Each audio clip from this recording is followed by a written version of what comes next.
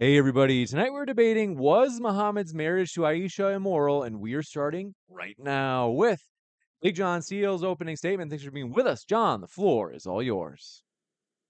Thanks for having me, guys. Thanks for Nadir for doing this debate.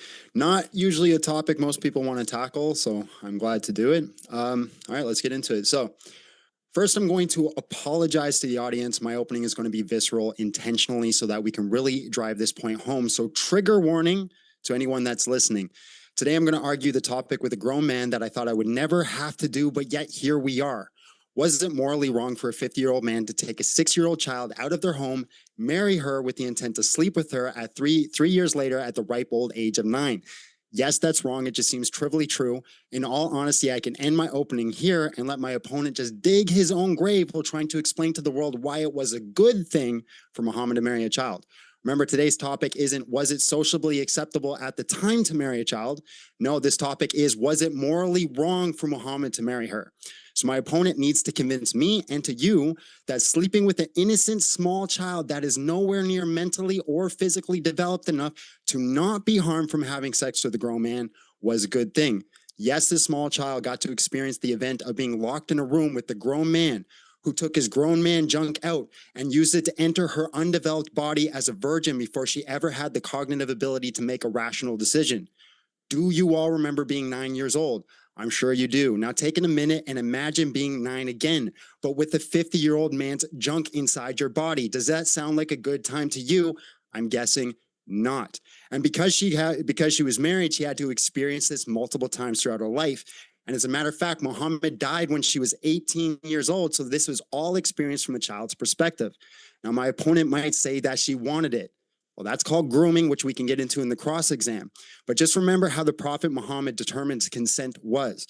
Well, according to Sahih al-Bukhari 6946, and I quote, I asked the Prophet, O Allah's messenger, should the woman be asked for her consent in their marriage? He said, yes. I said, a virgin, if asked, feels shy and keeps quiet.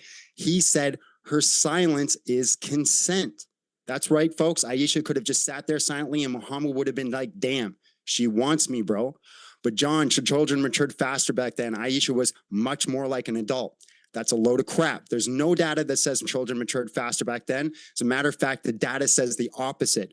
According to Dr. Mary Lewis, professor of bioarchaeology at the University of Reading, she studied nearly 1,000 adolescent skeletons from medieval England. Dr. Lewis found out, well, puberty began around 10 to 12, similar today. The onset of menstruation was delayed up to 3 years, occurring around the age of 15 for most girls and as late as 17 in London.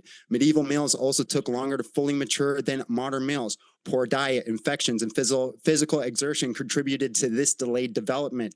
Not only were they not maturing faster, they were actually maturing later, making Muhammad's marriage much worse.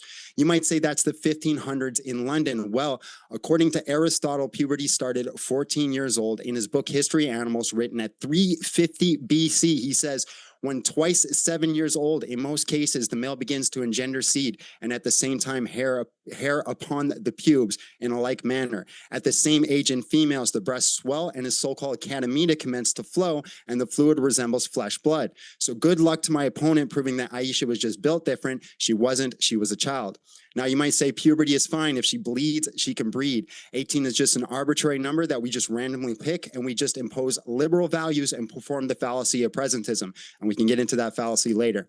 Well, we are both religious, so we both should believe in God, so we both should believe that one ought not harm innocent persons. And if my opponent wants to argue against that, well, Godspeed trying to convince us that we ought to harm innocent persons. Again, we're not talking about whether or not it was okay for the time. We're asking, is it moral? Was it a good thing for Muhammad to take his junk out and use it to enter a child so he could get his rocks off? The answer is no, because it's harm to an innocent person. The definition of harm I'm using in layman's terms here is how would this person be if the harmful event didn't happen? Now get your pen and paper. We're going to get a little bit jargony here. There's two definitions I'm going to use, or two systems for harm. Definition of harm is harming an event E harms an individual S if and only if E causes a state of affairs that is a harm for S. Or harm, a state of affairs T is a harm for an individual S, just in case the following two conditions hold true. T, or condition one, sorry, T falls within the scope of what would be intrinsically good or bad for S. And two, if S existed and T had not obtained, then S would be better off in some respect.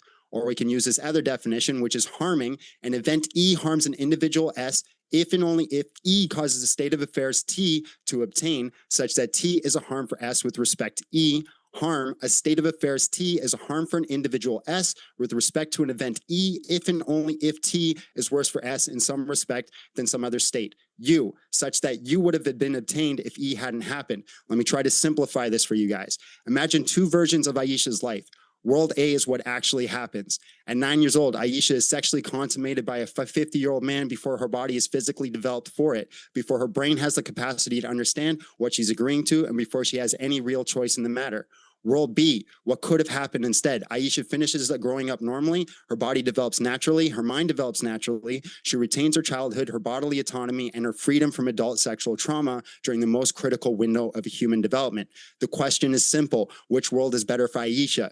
The answer is obvious: World B, and that means World A harmed her. Well, what kind of harm? There are three distinct ways Aisha was made worse off.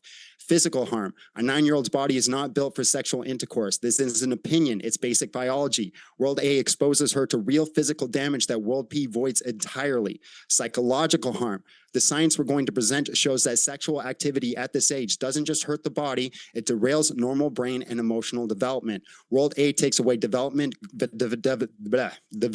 goods, healthy formation of identity, emotion regulation, cognitive growth that World B would have given her. Autonomy harm. This one is simple. To consent to something, you have to actually understand what you're agreeing to. A 9-year-old doesn't have the capacity, not because of opinion or culture, but because her brain literally has not developed yet. Steinberg's research, which we are going to talk about, confirms this. So World A puts Aisha in a situation she could not have meaningfully chosen. This is worse than World B by definition. Do these things actually matter for Aisha? Someone might say, well, maybe those things don't count as real harm, but that doesn't hold up. Physical health, mental well-being, and the ability to make one's own choices are not arbitrary values. They are the most basic things that are good or bad for any human being. Nobody seriously argues otherwise. So yes, all three harms count. All three makes Aisha worse off. All three were caused by Muhammad's actions. Now, for this argument to be valid and sound, we need to satisfy three conditions of harm that we have provided in this argument. The first condition was the physical harm. Well, statistically speaking, this is very, very likely. I'm going to cite from 7 different peer-reviewed studies. Girls under 15 who marry face catastrophic elevated maternal death risk compared to adult women.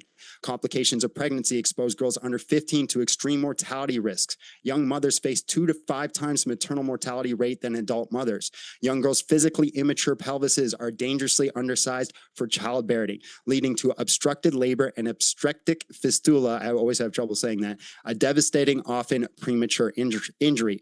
Obstetric fistula is a documented sexual health harm of child marriage driven by physical immaturity and forced early sexual activity. For the audience, obstetric fistula is a severe, often preventable childbirth injury. A hole between the birth canal and the bladder or rectum is caused by prolonged obstructed labor without timely medical intervention. It causes chronic, uncontrollable leaking of urine and feces, leading to severe social ostracism, infections, and physical injury. Child marriage is a primary risk factor for cervical cancer due to HPV acquisition at a young age before the cervix has matured. That's right. If you have sex with a child, you're more likely to get cancer. Now that we've established you most likely suffer physical harm, let's establish the psychological harm. Child marriage is directly associated with suicidal ideation and suicide attempts among adolescent girls, independent of other risk factors. Child brides experience systematically higher rates of depression, anxiety, PTSD, and social isolation than women who marry as adults. IPV experienced by children brides lead to depression, anxiety, and post-traumatic stress disorder. Government data from Afghanistan links links early and forced marriage directly to self-immolation. Girls married before 18 are twice as likely to be beaten, slapped, or threatened by their husband, as girls married later confirmed in two-state Indian study. And considering Muhammad in the Quran says you could strike your wife if she doesn't listen, it's safe to assume that Aisha endured this type of abuse. Plus, we have hadiths that actually say that he hit her. Women married at young ages face elevated risk of both physical and sexual violence with unequal power dynamics between older husbands and child brides, the central causal mechanism. Now, our third point here is whether or not Aisha could consent to such behavior. Remember, Muhammad's form of consent is just silence, but fortunately for us, we have science on our side. Earlier in my opening, I mentioned the arbitrariness of picking the age of consent. This is simply not true. It was never arbitrary. Throughout human history, we have tried to determine optimal times when to consider a child an adult. And this is because we all have the intuition that they are innocent humans in need of protection.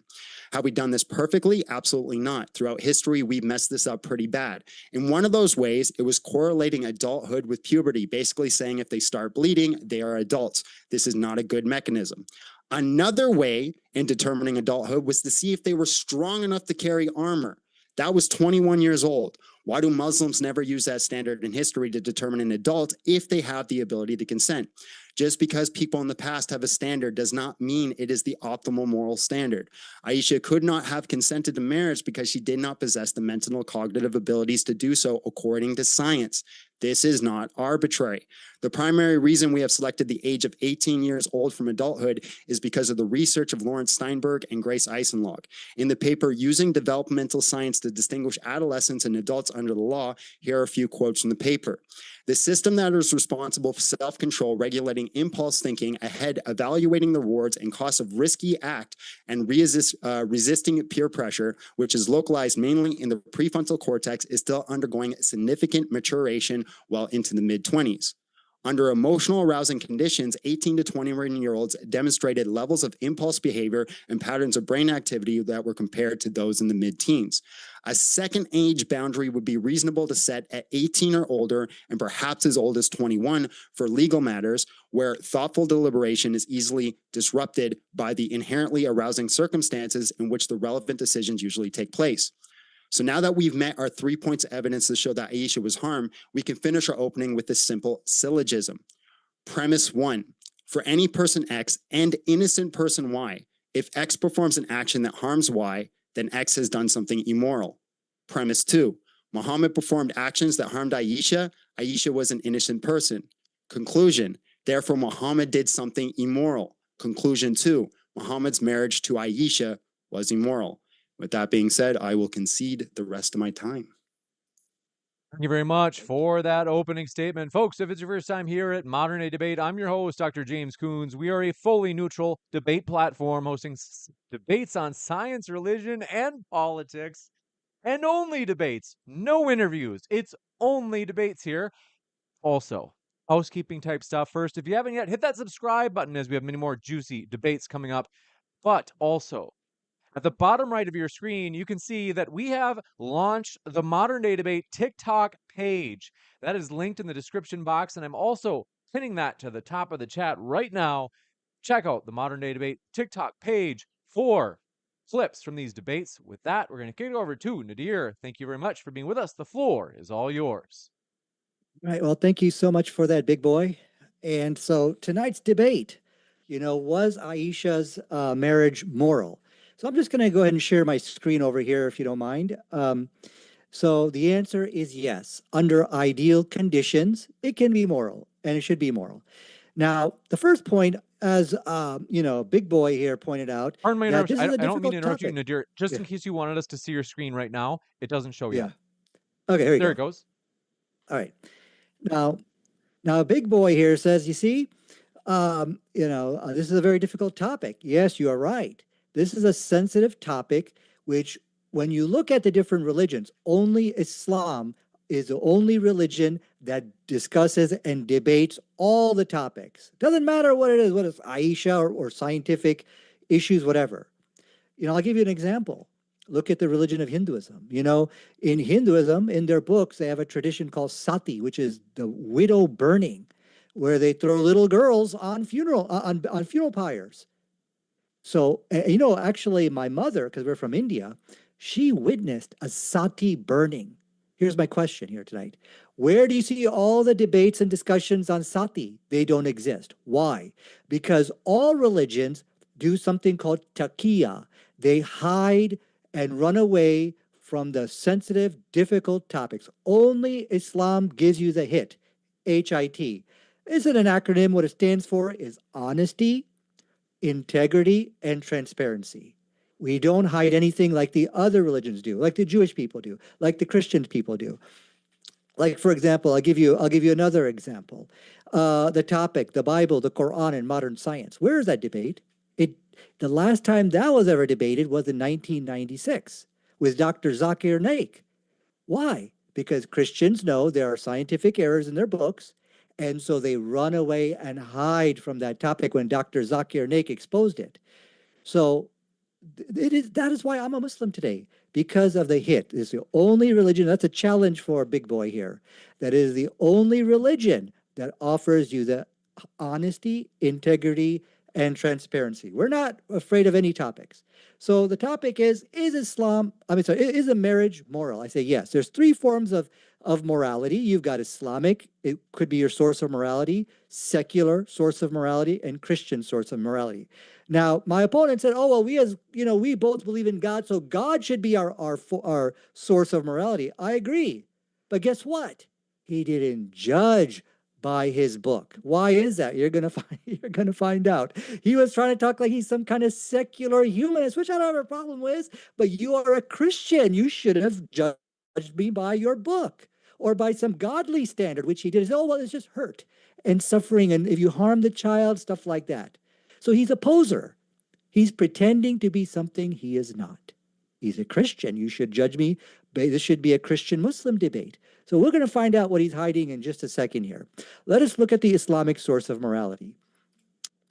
Based upon, let's read this hadith together here. I hope that's clear. It's you guys can read on my screen. You just hit pause on your YouTube screen if you can't read it. Okay.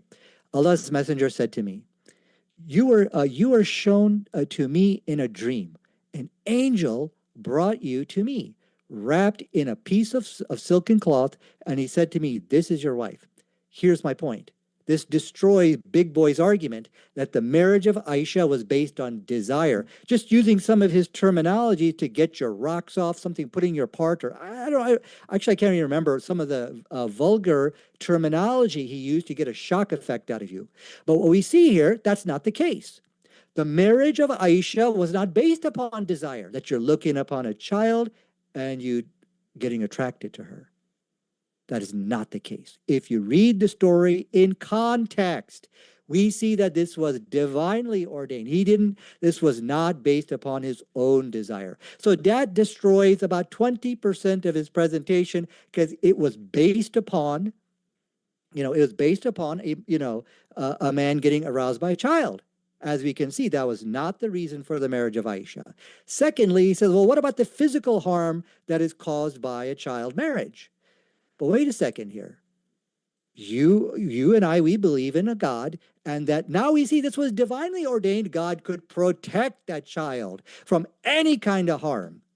So there you go. The argument is defeated there. So was Aisha different than other 9-year-old girls? Let us find out. It says over here, I'm going to read from the Quran inside chapter 33, verse 32. O wives of the Prophet, you are not like any amongst the women. You are not like any of these. So to compare Aisha with just your average 9-year-old girl, it has been refuted right here. Now we know. So let's talk about these differences. What are some of the differences between the wives of the Prophet and the regular people? Well, of course, there's spiritual differences. They cannot get remarried afterward. They're considered the mothers, the believers. The list goes on. But wait a second. Are there physical differences between the wives of the Prophet and the regular human being? Yes, there is. Let us read very careful. Young children typically focus on play, learning, and which is part of normal childhood development, rather than preserving complex teachings or documenting historical events, which is what Aisha did. She narrated 2,000 hadith from her childhood between 9 and 8. That's not something a child does. Children, I have two daughters. They play with toys. You got to twist their arm to go to Quran class. They're not interested. They want to play on their laptops, iPads, blah, blah, blah, blah, blah. But this is a child who narrated 2,000 hadith. Go ahead, just try to remember 10 facts from when you were between 9 and 12. Most people, we said 9 and 18, most people struggled to recall many specific details from childhood or early teenage years, especially ordinary events. There are no occurrences in history of anyone consciously acting as a historian, scholar, and active biographer while they are still children, and that's my challenge. Aisha was not like a normal child. So all of this nonsense he was giving us about the mental hurt and psychological damage of childhood gets blown out of the water right here, because Aisha is not like ordinary children. She's some kind of miracle child. So basically, to sum up, what is Aisha? She is like some kind of like a gospel writer, just like you got Matthew, Mark, Luke, and John. She is basically playing the same role, but as a child. So if my opponent is not able to show Aisha as just like any normal 9-year-old, that 95% of its presentation goes down the water. Let's look at secular source of morality. Okay? Now, the secular source of morality, they might do something called a cherry-picking fallacy. Remember the hadith which I showed you where it was God ordained for the marriage of Aisha? To say, okay, I reject the hadith. Okay. If you reject the hadith, then that gives me equal right to reject the hadith of Aisha. So we have to be fair over here. If you say, okay, well, I accept the hadith, but Prophet Muhammad was not being truthful, he's just trying to justify his behavior. Okay, I will say the same thing about the hadith of Aisha. It's authentic, but she's not being truthful. So let us read it. If you read it in its proper context, then there's no problem. So, as we can see from a secular point of view, it served the purpose of a greater good. No harm was done to Aisha. He never showed any example of harm done to Aisha. Rather, he just inferred it. Okay, so then it's completely moral from a secular point of view. Now let's go to the Christian source of morality. Okay, this is Christian source of morality when it comes to little girls. But save for yourselves every girl who has never slept with a man. Okay, well, first it says, and kill every woman who has slept with a man, but you save these little girls who are virgin. But wait a second here. That means you got to perform a virginity test upon them. Forced vaginal examinations is your standard of morality. Now, just compare that with the marriage of Aisha. So based from a biblical point of view, the marriage of Aisha is okay. If you can force little girls into vaginal examinations, then this marriage should be okay as well. Now, some Christians say, okay, well, because the text does say that save for yourself every girl who has not slept with a man. Some Christian volunteers said, oh, but we'll just ask them, are you a virgin? Of course, that's silly. Of course they're going to say they are, but look at this guy. You're ready to behave like a psychopath with these little girls. You're ready to kill them if they say no, so of course. So the Bible gives you guidance inside this verse over here, Deuteronomy chapter 22, verse 17 and 20. It gives you the virginity test, okay? So that's a challenge for my opponent tonight. And what about the psychological damage that you were talking about, big boy? Huh? What about all of when you force a girl to give a vaginal examination upon them, doesn't that cause some psychological damage? Okay, so that is, if you compare it with the 3 standards of morality, then the marriage of Aisha is perfectly fine. Now, finally, let's get to some of the challenges. He never did tell us today, what is the age? What is the right age for marriage? You see, he ran away. And we also know why he didn't use a Christian Bible as a source of morality. He was doing taqiyya. He was deceiving us today by pretending to be a secular humanist. You're not a secular humanist. You are a Christian. Yet because he ran away from his Bible because it has forced vaginal examinations upon little girls, and you keep the virgins for yourself. That's why he ran away from that. So let us look at the challenges here. And he must answer these things, because then you know what happens, big boy, if you don't answer. Then I'm going to come after you in this cross-examination period. All right, so just do the right thing. If you don't know the answer, then then just say so. The marriage of Aisha was determined at 6 and consummated at 9.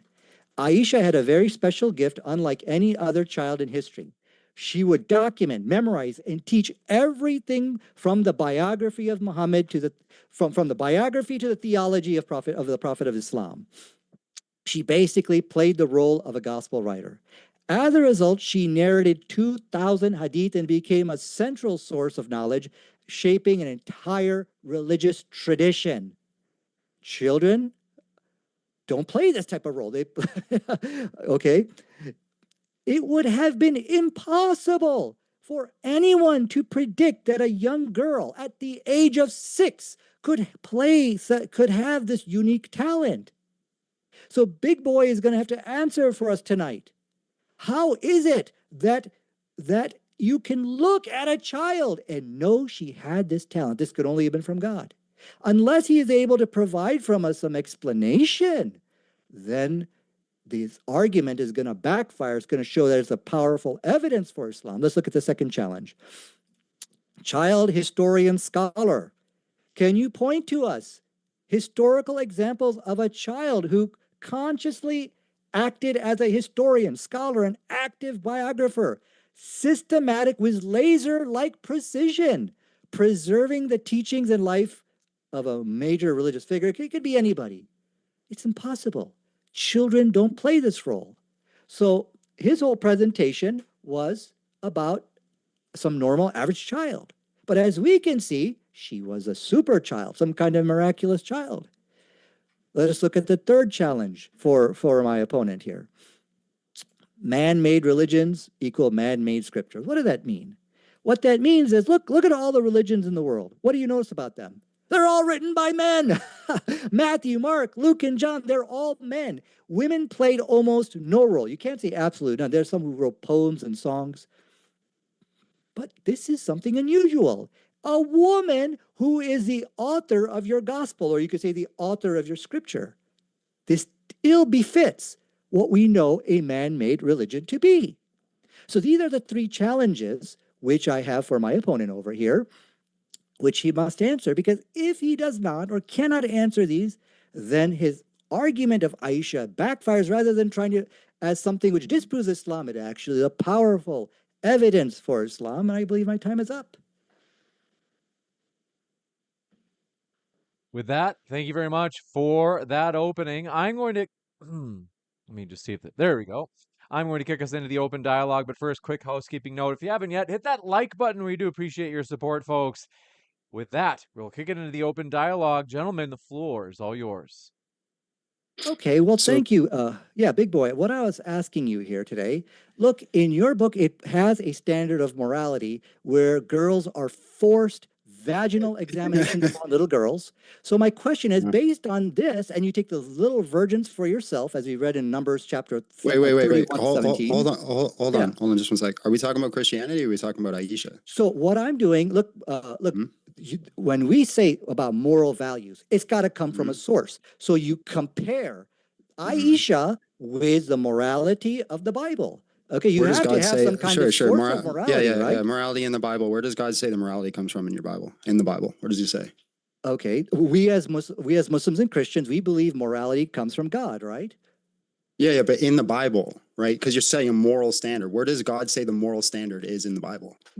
Well, this is your okay. Can I share my screen over here real quick? I'll show you your moral standard in just a second over here. No. Where does he say the moral standard is written? Okay, so this is an immoral act about forcing virginity. So you're just not going to answer already? Yes. Where does he say? Where does he say the moral standard is written? Does God say the moral standard is written in the Bible? Okay, so are you telling? Okay, you tell me. Look, Big Boy, you tell me. You're telling me this is immoral? Yeah. Oh, sure, it's immoral. So, anyways, can you share my screen real quick? It's already showing as shared. So this is not the topic of the debate. This is not the topic. Hold on a second. It is. Hold on. Look, I'm showing you your let me answer your question. Big Boy. Let me answer your question. I'm going to explain why it's not the topic of the debate. So you're asking where the moral standard comes from. Well, in the scripture, it says that it's written on our hearts. The moral standard is our intuition that's built upon us. Was the forced virginity test also written on your heart? if there's a forced virginity test that happened to be immoral. Vaginal test, I'm sorry. Vaginal Yeah, examination. if it actually happened to be immoral. But I'm not here to argue whether or not that Was actually that forced happened. vaginal examination If there written on your was a heart? forced, if there was a forced vaginal what your book examination says. that happened, if it happened, I'm not here to argue It's whether it what did your or book didn't. says, I'm it's not not here an to get if. into the context. I'm not here to get into the context of the Bible. If it happened, it's immoral. Now, Okay, let me thank ask you you a for question because disproving the Bible. I'm gonna give you I'm gonna give you a W. You're actually gonna get a W here, What's right? a Because you W mentioned mean? I don't something. know. Yeah. A W is a win. You're gonna take a win. Okay. Like I'm gonna give you this debate because you said in your debate you said that if I reject the hadith that says that God gave Muhammad a vision, then you would reject the hadith that says that she was 6 to 9 years old, right? Yes. Yes. Okay, I reject the hadith. You're to reject the hadith where it says she's 6 or 9 years old. Well, I'll take the win because you see, Hold on. Yeah. Just do you reject the hadith? No, I don't reject the hadith. See, the thing is with John, I'm answering you. When the So you're problem doubling is, back. John, allow me to, I let you talk. Now you let me talk. Sure. The Yeah. issue is if you read the story of Aisha in its proper context, Mhm. okay, then there is no problem like the issues which you raised. So the problem is you are rejecting the hadith because you have seen that it's going to destroy all your arguments which you have raised. But the problem here is you think, okay, I can get out of this and I'll just give Nadir the win because I'll just go reject the hadith. But that's not going to work for you tonight because But that's what you said you'd do. we have three amazing challenges on Aisha, which prove that this actually is from God. It is you're rejecting the unrejectable. So rejecting the hadith. So you're doubling back then. Yeah. That's fine. It's fine if you want to double back. That's fine. But you are doubling back. You're not going to reject the hadith because I reject the part where he actually got it from God. Because all we have from the hadith is that Muhammad said he got it from God. Okay. So then Right? by your own, okay, so what we can say is that you don't have an argument against Islam because if you take it within its proper context, then all your arguments fail. So that Is it possible? Is it logically possible that Muhammad is recording events of what he did, but he just lied about getting a prophecy from God? I have already answered that. I answered that by saying if you claim that he just try to justify his behavior, then I say Aisha is not telling the truth.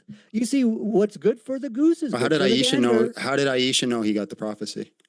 See, the point is this: once you start rejecting the parts of our scripture which is uncomfortable for you, then that gives me equal right to do it. I believe Muhammad said that he got a vision, that he had a dream.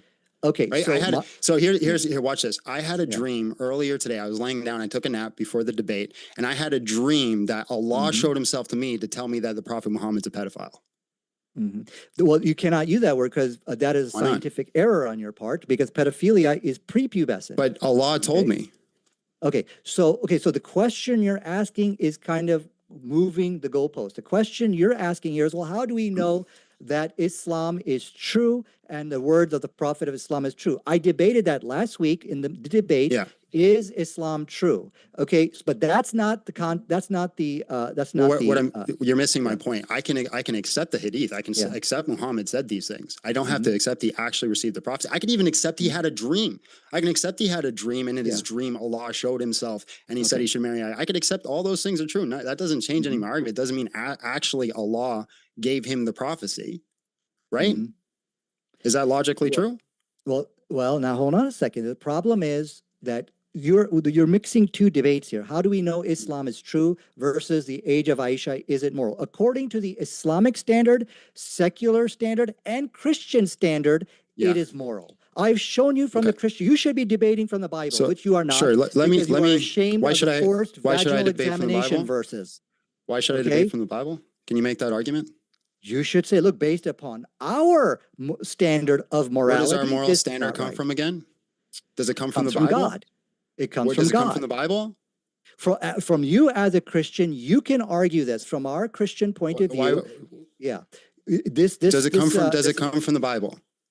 From a Christian point of view, you should argue. Look, I'm teaching you how to debate here, which is not right. Okay, what you should have done tonight here is you should have came here and said, look, morality is based on some standard. It can either come from the Quran. Does Christian morality come from the Bible? Yes or no? Allow me to finish. It could come from biblical morality.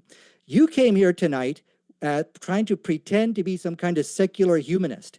okay, your opposer, basically. You should have came here tonight and you should have argued from the perspective of the You Bible. keep telling me what I have to do, but not why. Yeah, and then you should have shown why, based on the biblical standard. Why do I have to pull? Okay, then you don't have a this standard of specific morality. moral standard. You Why? don't have a standard of morality. The Christian standard of morality comes from what again? I've already explained this to you, right? It It should says come in the from your scripture, Bible. because you say it has to come from the Bible, Look, right? Well, in the Bible, it says, here's- hold on, let me finish. In the Bible, it says that God's law is written upon our hearts. So there's intuition, this thing that we intuitively know is true, that it's wrong to harm a child. Now, let me ask you a question, right? We have the two world scenario, like I gave in my opening, right? We have world A, where Aisha goes through the exact same things that she just did. Everything's exactly the same. Nothing changes. World B, everything's exactly the same except for two conditions. Instead of marrying Muhammad and having sex with him, she's adopted by Muhammad and was raised by him. So she ends up being a wonderful mother of Islam. She ends up doing all the hadith. She does all the exact same things.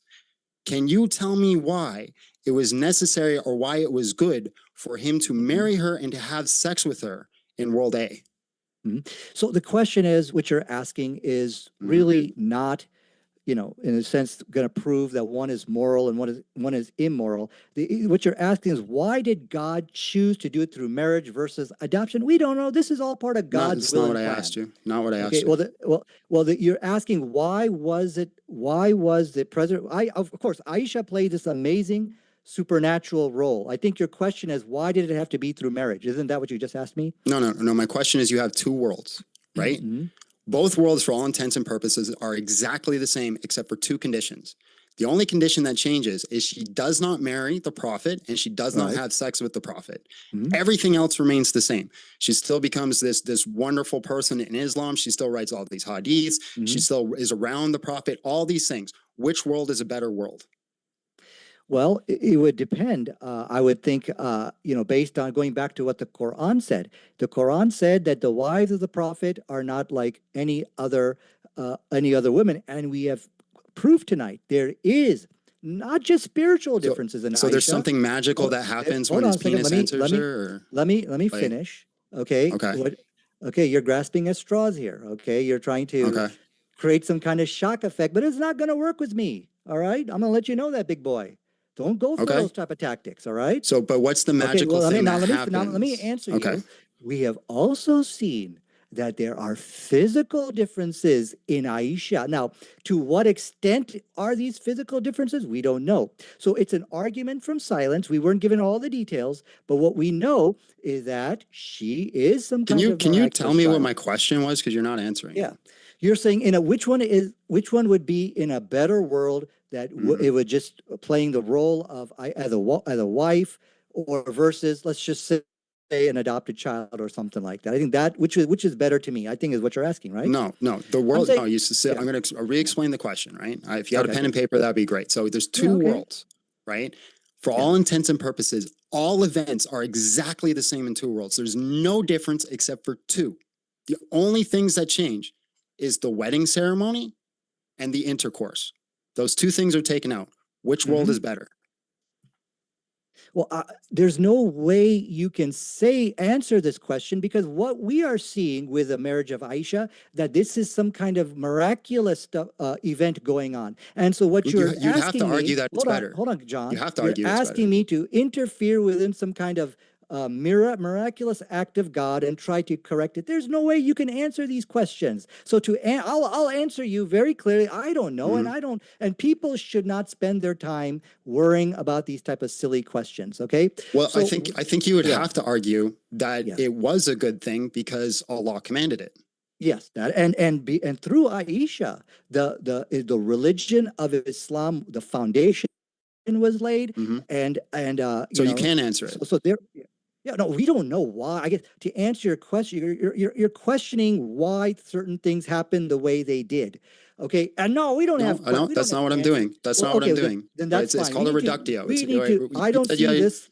Well, hold on. Can you explain? You said you were teaching me how to debate. Can you explain what a reductio is? Yeah. No, what I'm saying is the questions you are asking today, I don't know, and I don't care, and it is irrelevant to the topic. Was the marriage of Aisha moral? You know what reductio is? Listen, the issue tonight, is this a moral marriage? Now, if you have nothing more to add upon this, then let's just end the debate here and let's You just move on. don't know what a reductio is? I can don't explain care. it to you. These things are Me too. irrelevant. Look, this is your opportunity. This is your opportunity to present credible evidence to prove that the marriage of Aisha was immoral. You said, no, I can't do that in light of the context of how the I hadith. didn't say no. Okay. Well, this is your opportunity. Okay. And I'm Yeah. going to give you the chance to argue Sure. a case that this was an immoral marriage. Go ahead. Yeah, no problem. So if we have those two worlds, if we remove the sexual intercourse, she's going to be better off because she's just not physically or mentally mature or ready enough for having sex with a grown man. She's going to receive pain. She's going to receive damage. She's going to have more likely for complications. She's going to have mental trauma. She's going to have emotional trauma. For all intents and purposes, if we remove this singular event, right, her life is going to improve unless you can show me data otherwise.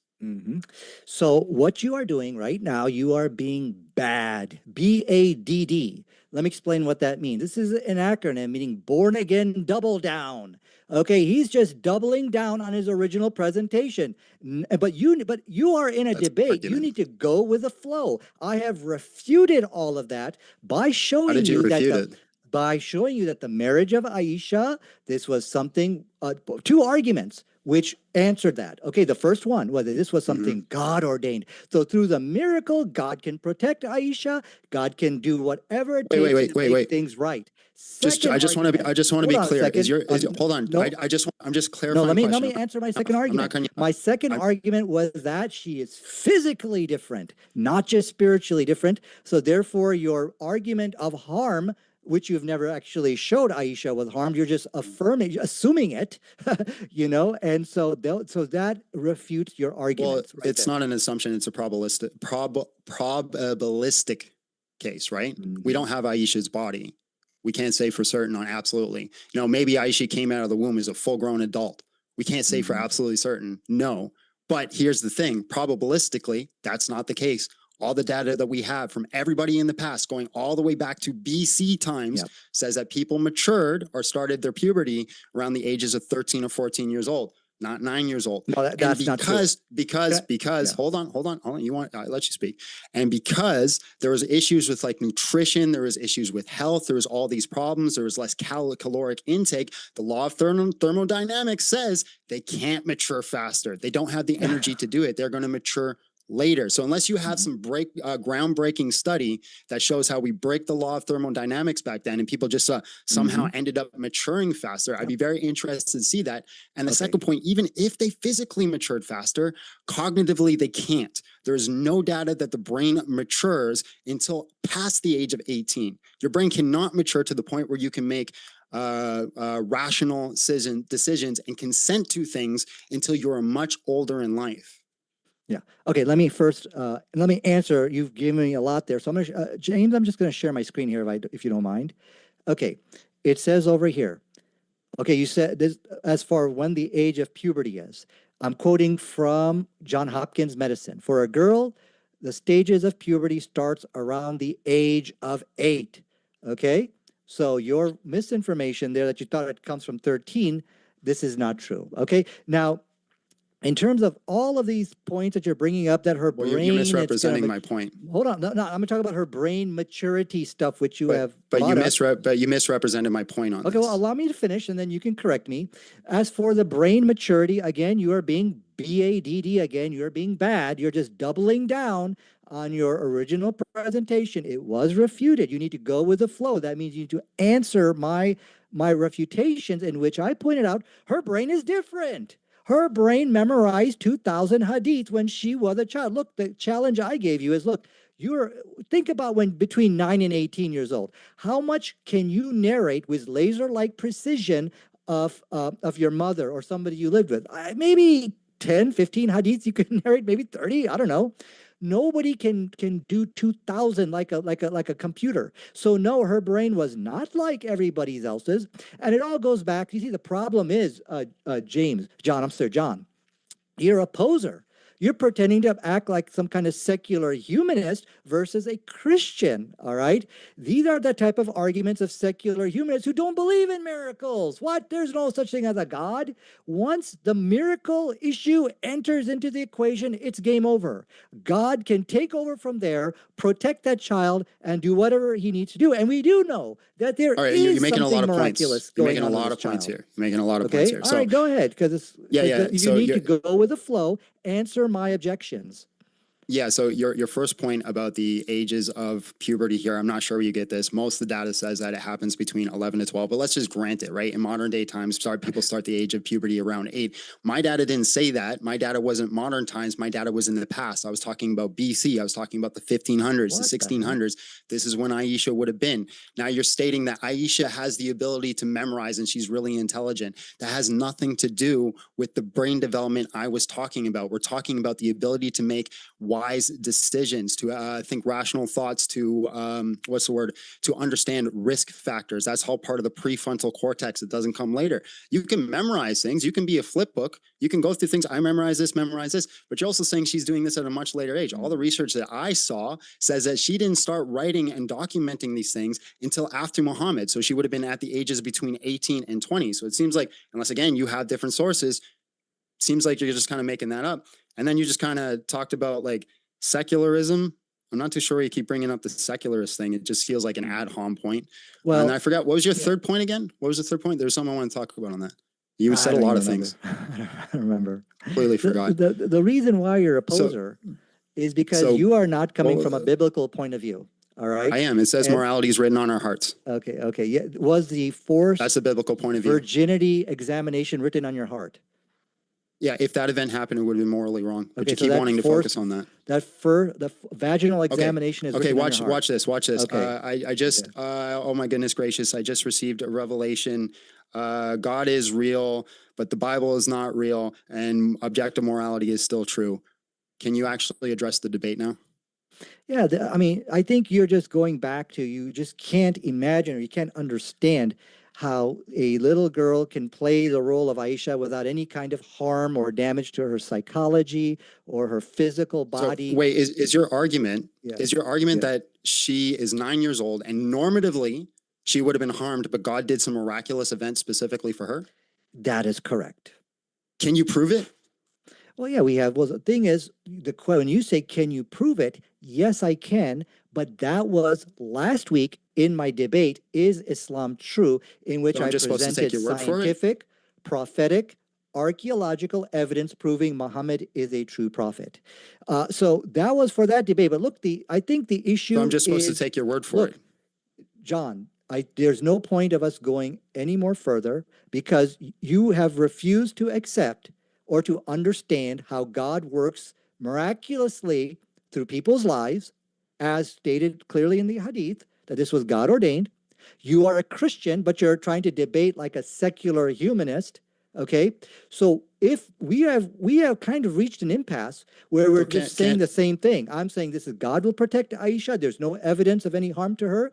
And I have made many challenges which you have not been able to answer. I said, look, how can you look at a 6-year-old child and know that she had this amazing ability? Now, you said, can you answer that? You said Muhammad never hurt her, right? Never, no. Okay, you take hadith? You're talking about the hadith about where she hit him in the chest. Okay, and she said it hurt.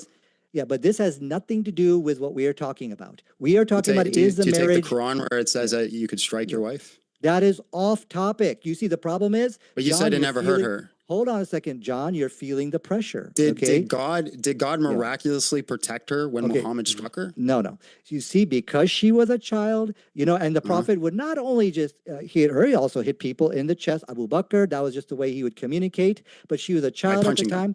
And we have the hadith where it said, as a woman, the Prophet of Islam never hit a woman. But the topic of tonight's debate. Okay, the topic of tonight's debate is this marriage moral? Yeah. See, the problem is... and we could say it's immoral. Hold on, we could say it's immoral. One person at a time. We could say it's immoral. You are feeling the pressure tonight where you're jumping into wife beating, you're jumping into all these other issues. Yeah, is it immoral to beat your wife? You cannot, you've been at this. Is it immoral to beat your wife? You have not been able to argue an intelligent Is case it that the immoral to marriage of beat your Aisha wife? was immoral. That is off topic. It is irrelevant to what we are talking Well, about yeah, here today. it's exactly on top. I'll Okay. explain why. Okay, Because but the argument, yeah. hold on, the argument is, Okay, was no it problem. moral? Was it moral? The marriage, right? Yes. Now, if you're going to state that it's immoral to beat your wife, but in the Mhm. same context, Muhammad says it's perfectly fine to hit your wife in a marriage, then you have No, a he never said contradiction. that. He never said that. Okay. It's an if-then conditional. I'm not Yeah, saying he yeah, did. I'm saying never it's an said that. if-then Okay. conditional. If he did say you can hit your wife, No, he right? didn't. Yeah. And you're saying it's wrong to hit your wife, Right. would you have a contradiction? If that was the case, but the Prophet of Islam made it very clear the hadith said he never hit a woman, and the hadith Okay. also he did explain that you should never hit a woman. Okay. So then what is Now, 65 for? okay, so the problem in the hadith you're quoting, Aisha That's at not that hadith, it's the time Quran. was a child. Okay, therefore, as a child, the rules are a little bit different, but that in no way proved that the marriage of Aisha Wait, is your was argument because she immoral. was a child, he was Okay, allowed to hit her? now it's my time to ask you some questions, okay? Because you are But did you just say had- because she yeah, was a child, he was allowed to hit her? you can well, the question is it like a nudge in the chest, a playful nudge? So again, if it's He something said like it that, then it's hurt her. perfectly fine. Okay, yeah, of course, you can playfully nudge somebody and it could still cause a little pain, okay? So the issue here tonight is this marriage moral or not? All right? Now, as you have stated earlier, I got a today, just a quick clarifying question. Yeah, Quick clarifying yeah. question. this If is God off had topic. Yeah. if God had not protected her, because you said God divinely protected her. If God had not protected her, would it be immoral? What I was pointing out is God divinely protected her from the harms which you pointed out in your opening introduction, because as Yeah. we can see the big part of where the big debate loss which you have suffered here tonight, the premise of your argument was Muhammad looked at a child and got physically aroused or something like that. Okay, My question remains unanswered. I'm taking it back to the debate topic. That is is not the debate case. topic, bro. Okay. No, John, you are off topic because you have already conceded. If God had not divinely protected her, would it have been immoral? It would have been immoral. If God would not have divinely and allowed for some harm, well, this all goes back to would God allow some kind of harm so to it would have take been place? then you have to prove to me that God protected her. Yeah. Well, there is no record or anything inside our hadith. Okay, I'll prove it to you right here. There's no record or any reference from our hadith collection, our historical collection, that his marriage to Aisha caused harm. Now, here's That's a proof. an argument from silence. No, John, let me finish. People are innocent until proven guilty, not guilty until proven innocent. Muhammad is innocent of any crime you commit. I mean, so Except sleeping with a child. You.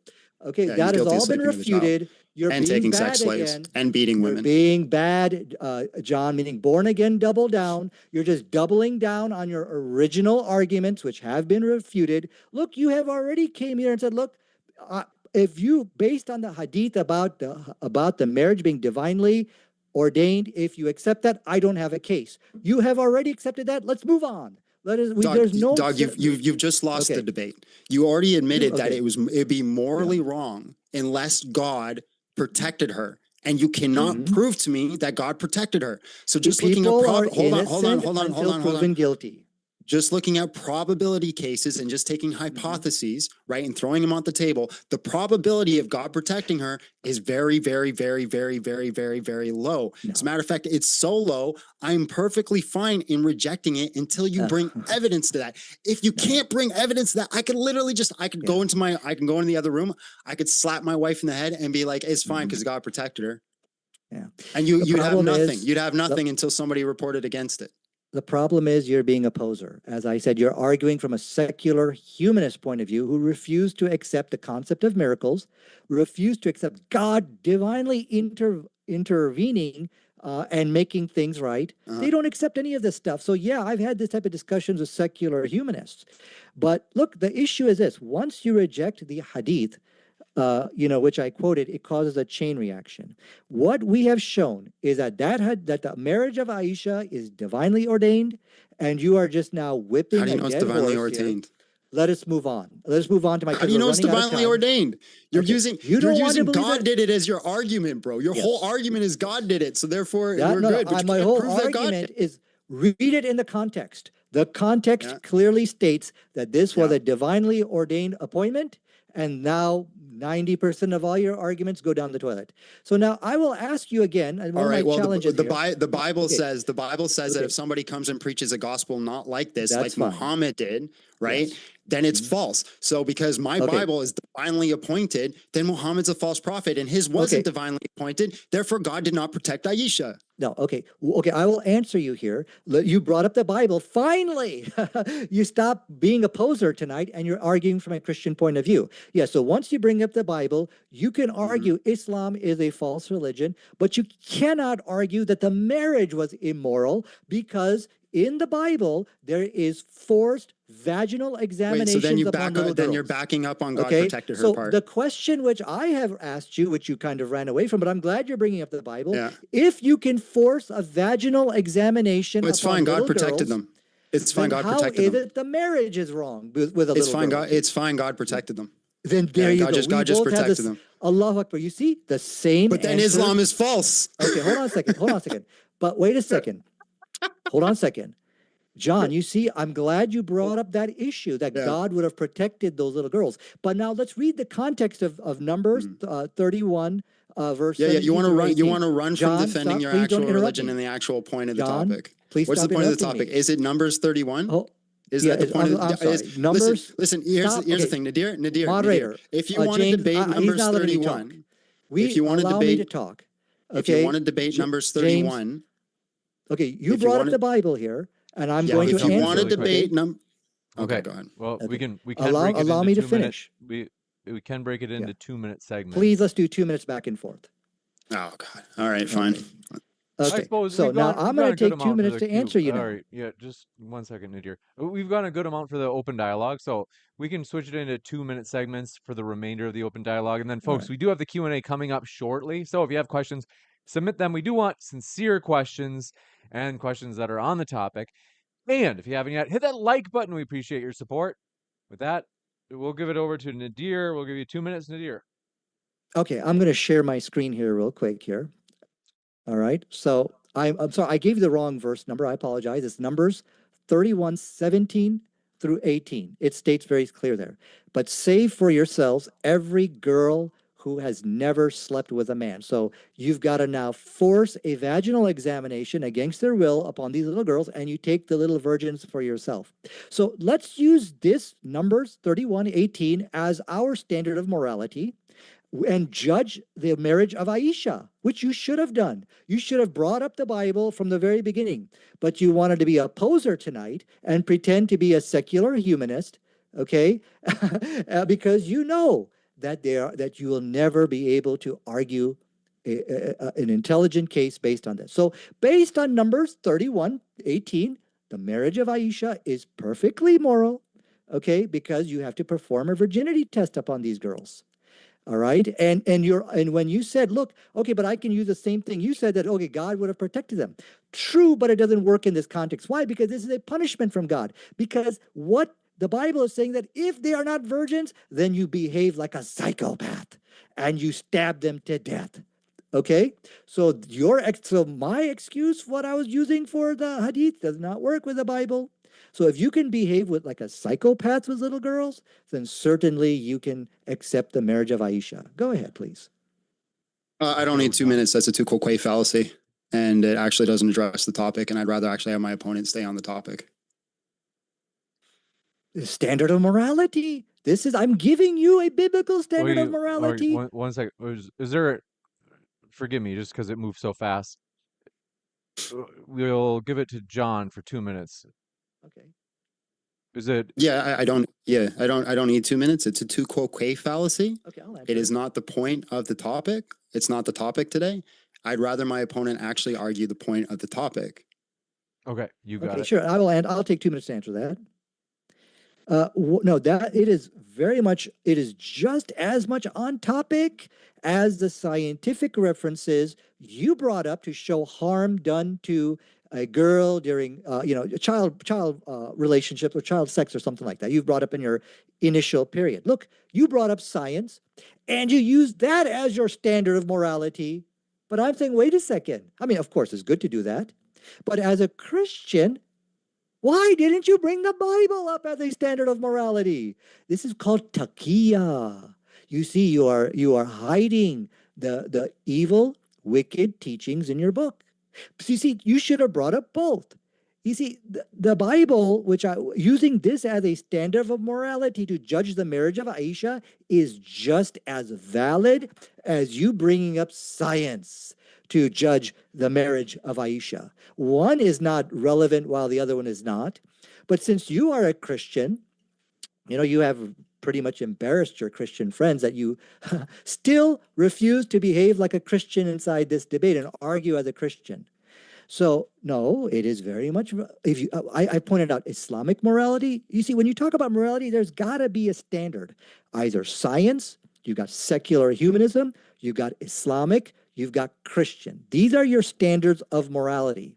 I have shown you each standard of morality in my opening presentation, and I've shown you that the marriage of Aisha is perfectly moral and acceptable according to all of them. Okay, but what John is doing, he's saying, oh, no, let's just erase the biblical one. No!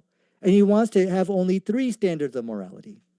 The problem is that the things in your Bible, it is indefensible. That is because only the religion of Islam gives you the hit. Honesty, integrity, transparency. And that's time. Only the religion Okay, of so Islam does, not so I think I Christianity. understand right that you guys are saying, okay, well, as John mentioned, the topic is, was Muhammad's marriage to Aisha immoral? And now it's a question of what standard you guys want to use. Do you guys have like a shared standard you want to agree on? Yes. My guess is Nadir, one of the challenges John might think, well, you might not accept the Bible if the Quran thinks the Bible is corrupted. So, like, I don't want to tell you guys what standard you have to use. That's Mhm. up to you guys. But uh, it sounds like John might have been saying, let me try to appeal to a broader standard because not everybody believes the Bible. I think the standard that I gave in my opening is something that we could both agree on. It's the harm principle, right? Can we both agree to this statement? One ought not harm an innocent person. Right, sure. Yeah, Great, definitely. Well, take your 2 great, minutes and I'll respond. Go ahead. great. So we have the same standard of morality, but you're saying I have to pull from the Bible, even though our same standard is one ought not harm an innocent person. Now, this is a tu quoque fallacy. It's a fallacious thing of whataboutism, where it's like, hey, if you're going to judge us for doing it, what about those guys over there? They also do it. It's to escape the actual topic. Now, I'll address this really quick, but I'm not going to focus on Numbers 31, right? If you read Numbers 31:16, it says, look at these women who caused the sons of Israel to go to the council of Balaam. If you read earlier in Numbers, the issue was those women, the older women, were sleeping with them and causing them to sin. So they'd already have a notion of who were the virgins. Never mentions sex, never mentions marriage, just mentions taking them as slave. Common practice back then is you would unalive all the men and the boys. Whether that's good or not, again, is a different debate topic. They would normally take all the women as slaves, but because the older women led them into temptation, they were to be put to death. That is what actually happens in that. But again, that's a tu quoque fallacy. We already have an agreement of morality. It's what we ought to do. One ought not harm an innocent person. My opponent has already agreed that without Allah's divine intervention, this event would have harmed Aisha. So it's something he should not have done. So for him to make his argument, he needs to present a convincing case that Aisha was actually protected by Allah. If not, I could look at all the case studies around the world and say the vast majority of people were not protected by Allah when having sex. So I could say it's a high probability that she wasn't. So Muhammad ought not do it. That's it. Yeah. Okay, so it sounds So, like Nadir, I do understand where John's coming from. If John's thinking these aren't comparable, and you're like, mm, yes, they well, are. Let me show you. And it's like, well, then it does become a yeah, debate that's off topic because it's going into the depth of like well, the ethics arguments c- for c- these cases in the Old Testament. And so if you wanted to do something like a comparative Old Testament ethics Well, versus can I answer Quran, that? I can answer him. we'd have to talk about it beforehand, so like, because otherwise it gets bogged down on debating the Old Testament verses. No, let me. Yeah, he's having some confusion. I'm gonna clear up the confusion very quickly here. If I am debating a secular humanist and I bring up the Bible, Numbers 31:17, look, it's okay based on this. That's that is of course ridiculous reason because a secular humanist is going to be like, I don't care about that book. Or if I say, look, your book teaches it also, you know, therefore But it is are you just to be fine. clear, like, are But you addressing what I just said? Like, you guys don't yeah, agree on the Old Testament passages. You don't agree in terms of their but meaning. So, like, if you're gonna yeah, jump into a debate on interpreting these and the ethics of it, it's like it yeah. does kind of go off the topic of what we What expected. Now, we if It, can you agree. wanted to schedule one, it becomes a debate of context if you wanted because to you and I schedule disagree on one, the context. if you want to schedule What we one on can the Old agree. Testament, Okay. that's Yeah. okay. But it's just that it's getting bogged down if you guys are debating the interpretation of the Old Testament ethics cases. No, what we can all agree on, okay, is what my expectation was. He should have came in tonight's debate from a Christian perspective, which he didn't. He came in with I from a did. humanist perspective. But what we can agree, and we can move on from here. We can agree that if we just looked at the Bible, whether you believe in it or not, whether you believe it's corrupt or not, we can believe there's no conflict on the age of the marriage of Aisha Oh, okay. with that Okay. book. Watch this. So we Watch can this. now move on and we could take the Bible and push it aside now because we know there's no Okay. conflict there. Okay. So let's put the Bible aside. I was just trying to prove that according to the Bible, the marriage of Aisha is perfectly valid. So now we can go to Islamic morality. Islamic morality, we have agreed today that there's no conflict in there. So let's push the Islamic morality aside. So now let's go to secular humanism and let's look at this. So now he's saying, okay, yes, if you have to first prove that Muhammad was a true prophet, then your argument would be valid. I No, accept it still that. wouldn't make it valid. Okay. No, look, hold on a second. No, because if I could prove Muhammad is a true prophet, then that means it is in fact God who is miraculously intervening and providing whatever kind of support, help needed to make sure Aisha never gets harmed or in any way.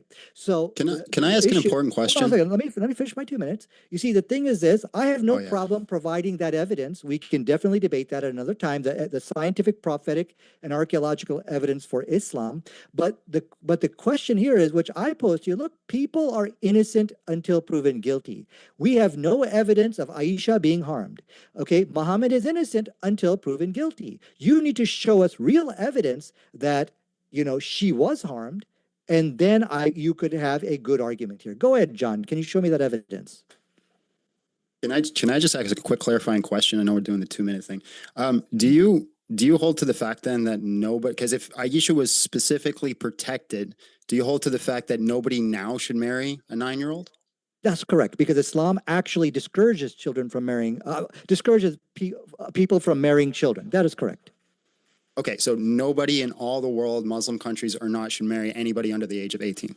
That is, well, there's no age limit. There's no age limit in secular humanism. There's no age limit anywhere.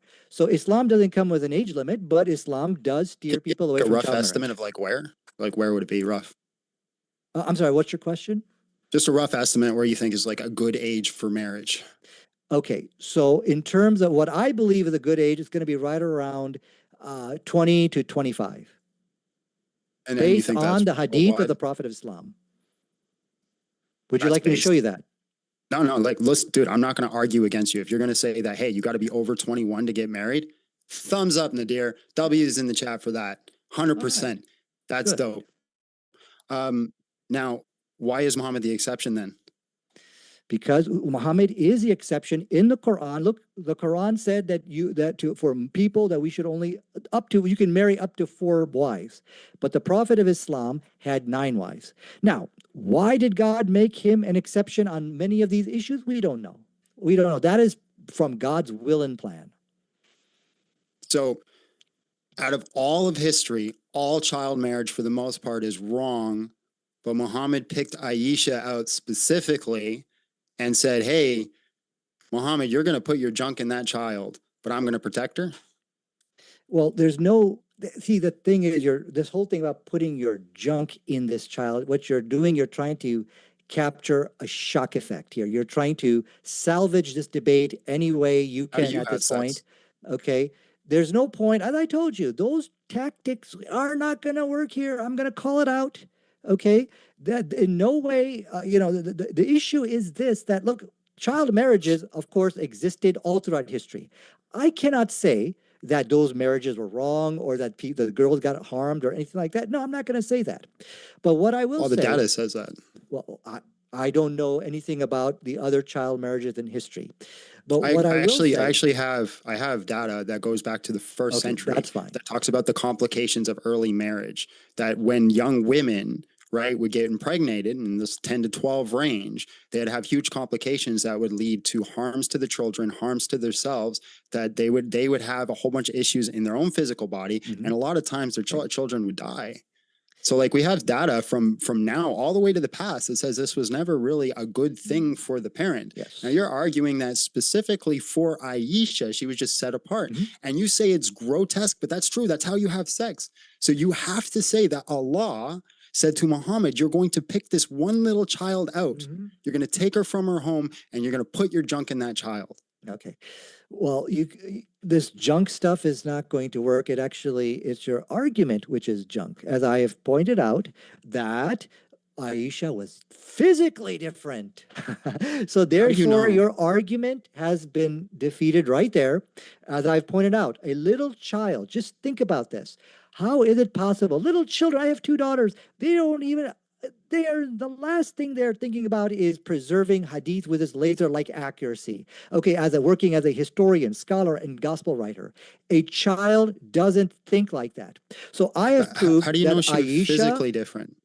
But I did point out one physical difference, you see? Yeah. So now the question now comes to where What's it the gets physical down to. difference?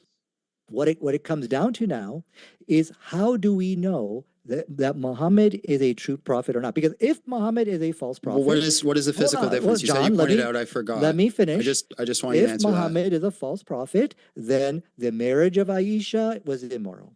But if Muhammad is a true prophet, then the marriage of Aisha is perfectly fine, as it has divine protection over it. And also, and you did not actually Okay, answer my was it that she challenge. was physically different, or was it that she had divine protection? She was physically different. So she was physically different, and she had divine Yes, protection. correct. Okay, so how do we know she's physically different?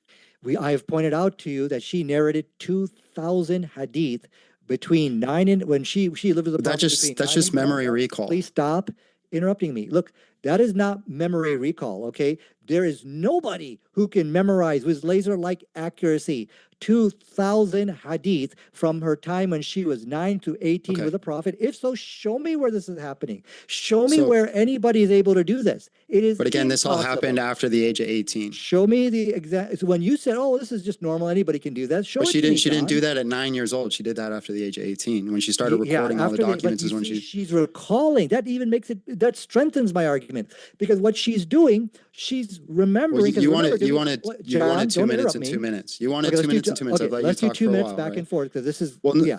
We don't I'm have to gonna do my 2 minutes and 2 minutes. minutes back and forth. We just let each other speak, right? Why don't you do your I 2 let you minutes, speak, and then you I'll let come me back and speak, respond to you.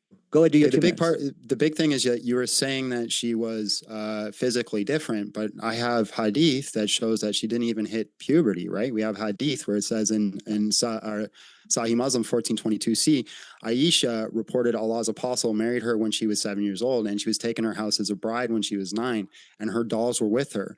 And when the Holy Prophet died, she was 18 years old. So she has her dolls with her. But then it says in Sahih Bukhari, I used to play with the dolls in the presence of the Prophet, and my girlfriends also used to play with me. When Allah's messenger used to enter my dwelling place, they used to hide themselves, but the Prophet would call them to join and play with me. The playing of dolls and similar images is forbidden, but it's allowed for Aisha at the time, as she was a little girl, not yet reached the age of puberty. So her having the dolls shows that she wasn't of age. So this idea that she was built different doesn't make any sense. And again, just saying that, oh, God protected her is a cop-out. You have no evidence for that. Mm-hmm. Okay, so let me answer some of that. First of all, these are your false assumptions you're imposing upon the text. That is because Christianity is a fake religion. Fake, F-A-I-C. false assumption of the ignorant, credulous person. Just because somebody plays with dolls has no bearing upon whether they hit puberty or not.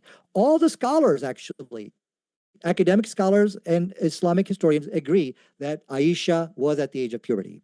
There is no evidence to suggest that she did not hit puberty. So these are all your false assumptions that you are imposing upon the text here.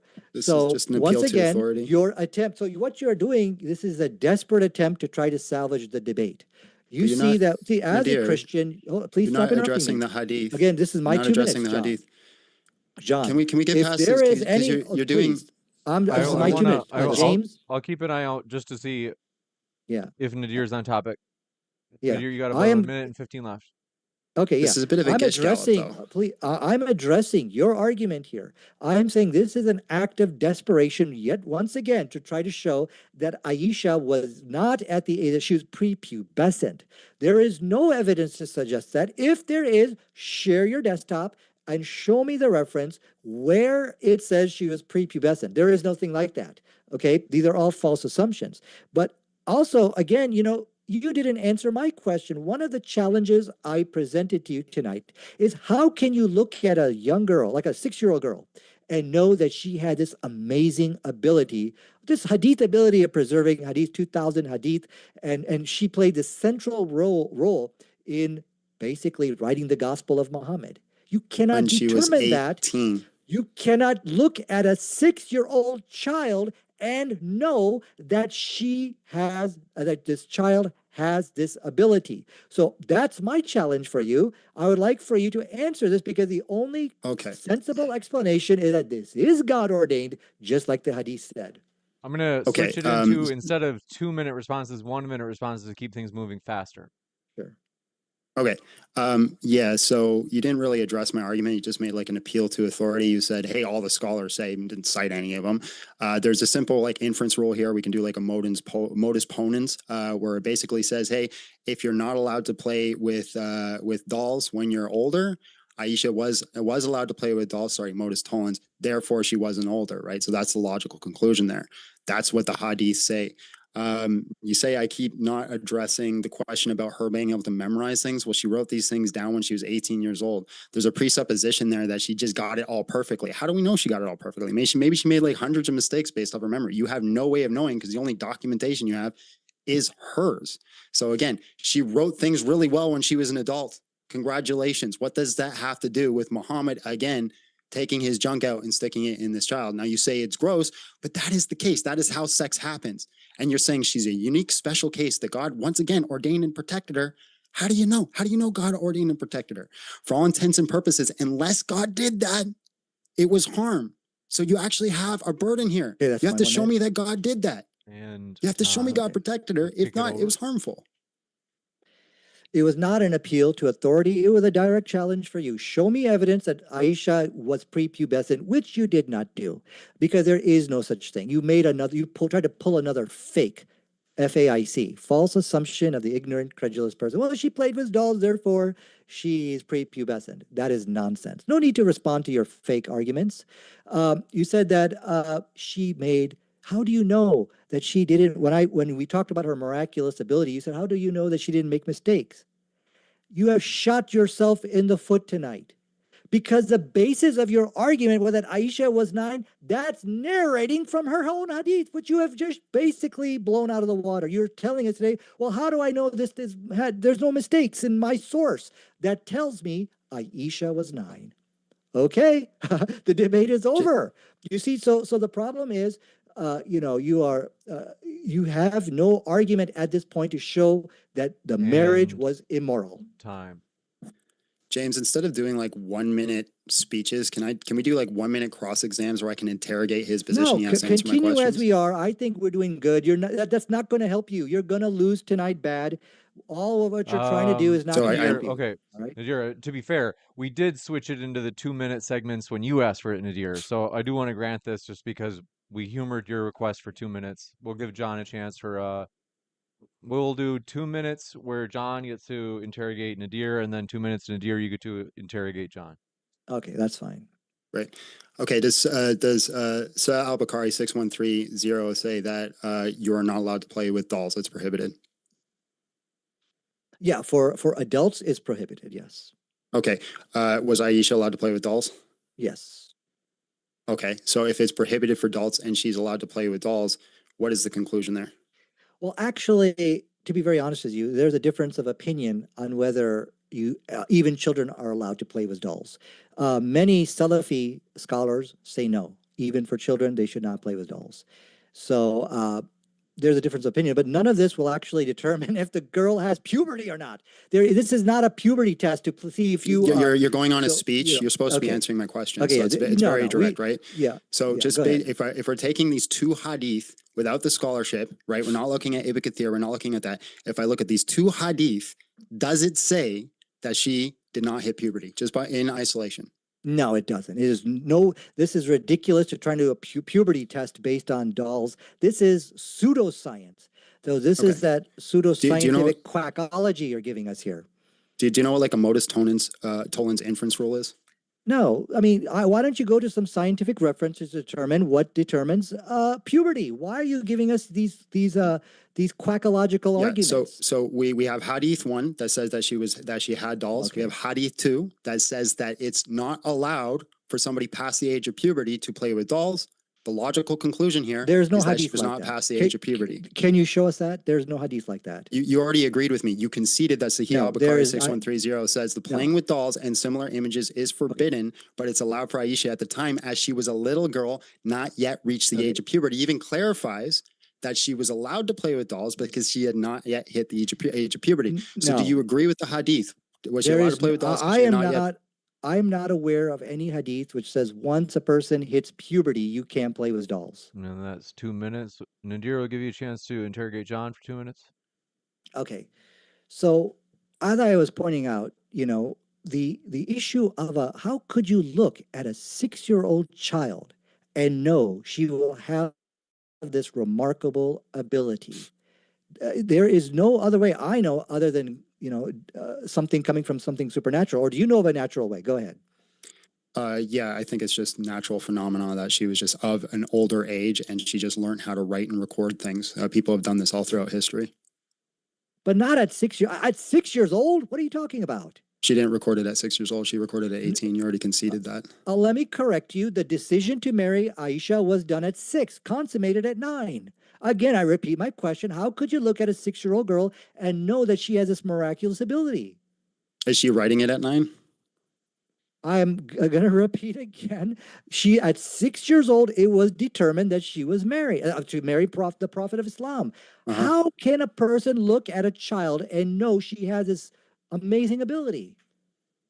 So that's a loaded question because your question is, how do we know she has this amazing ability? So that's loaded right off the bat. But again, is your argument that she remembered Muhammad having sex with her when she was 9 years old?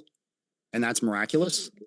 No, she narrated 2,000 hadith with laser-like precision, and she was starting narrating from 9 to 18. If you were to ask me to talk to me about your mom or your dad or something like that, I would probably maybe narrate at the most maybe 20 to 30, but not with any kind of laser-like precision like Aisha did. So that is something astonishingly amazing that a human being can do this.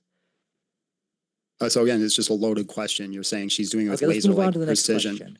As I pointed out inside my opening, man-made religion equals man-made written scriptures. All scriptures are written by men: Matthew, Mark, Luke, and John, Genesis. I mean, women have played a very, very small role of writing some hymns, some songs. How do you explain Aisha's role as a woman in scripture writing? If you want to respond, John, you can. But otherwise, if you want to take over for your 2-minute interrogation of Nadir, you can. Okay. So now you're saying that if God had not protected her, right, the harm would have happened. What actual evidence do you have of God protecting her? Okay. The evidence which we have that God actually protected her, it goes to the scientific, prophetic, and archaeological evidence proving that Islam is true and that this truly is a religion from God. Now, I debated that. So, Hold on, let me finish. no, Allow me to finish. it's my turn to Hold on a second. interrogate. You didn't let me I'm allowed to finish. interrupt. I'm allowed to Would interrupt you because it's my would turn you to like to interrogate. debate that with me, John? It's my wanna turn give to John a chance interrogate, so I'm to- allowed to interrupt. Okay. Yeah. Yeah. So even if Islam was true, it's still not the case that he protected her. You need some sort of data that says he protected her. What data do you have? By using logic, people are innocent until proven guilty. When you accuse somebody of a crime that you harmed a Okay. child, Okay. and So that there they're was, hold on a innocent second, until that proven you guilty. allow me Right. to No, I finish. got you. I got you. Wait, Listen, no, I'm I allowed didn't to finish. interrupt in this point. Okay. Yeah. Right.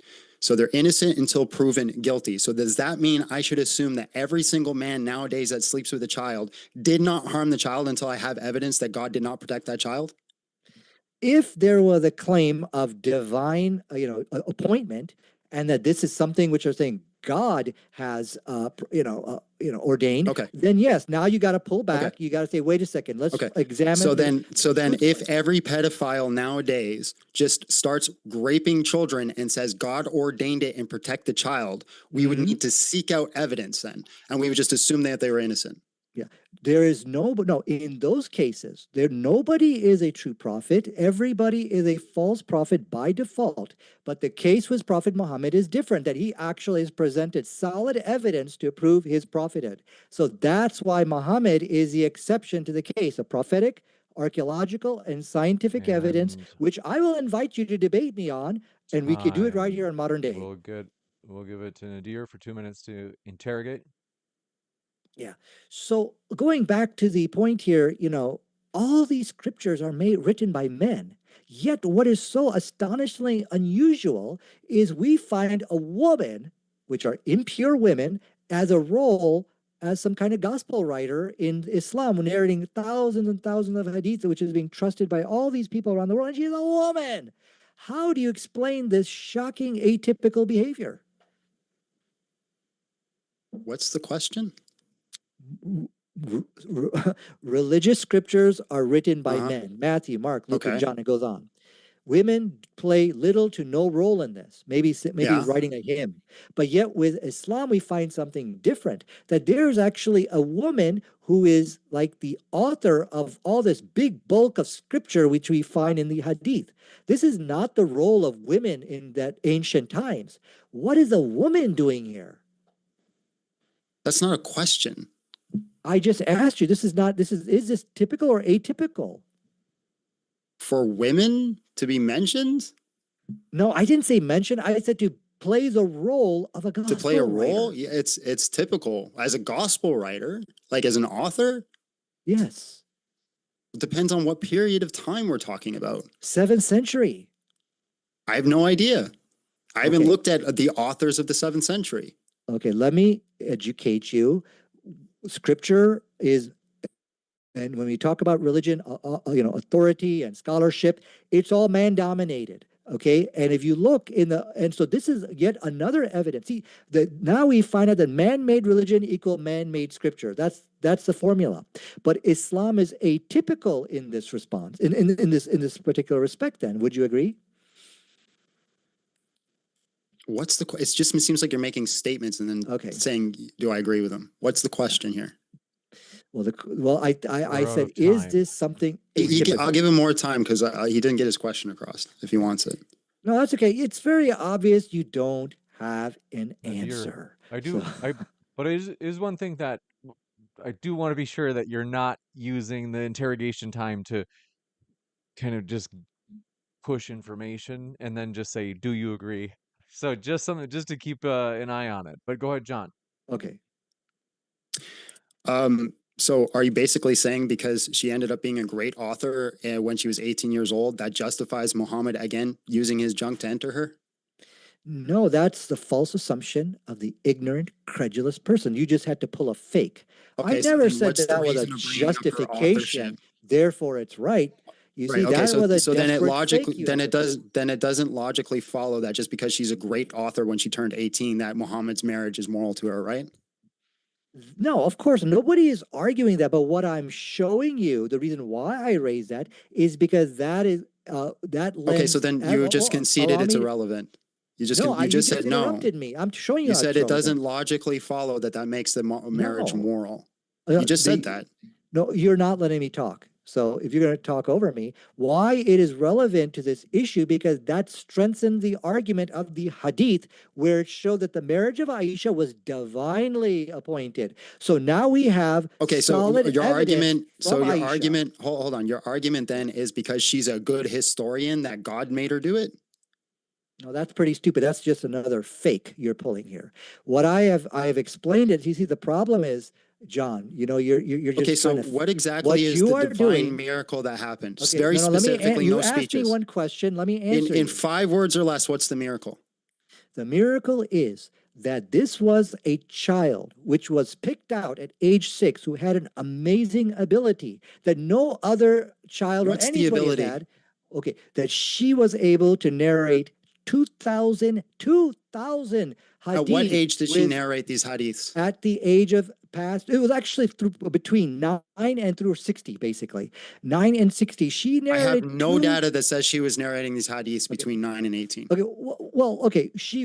Okay, so this is a little bit complicated. She would narrate after the death of the Prophet of Islam and recall from memory with laser-like precision How do you know it 2,000. was laser-like precision? Okay, because that is a standard of the Hadith scholars' demand. So if we go back to the study of Hadith, but even if it wasn't laser-like Well, precision, tell me what that's it is. What is the laser-like 2,000. precision? Hold on a second. Nobody, Okay, we're no at human time. being on earth can recall from 9 to 18, 2,000 narrations, whether it's laser light or whatever. No human being can do that. This is something absolutely amazing.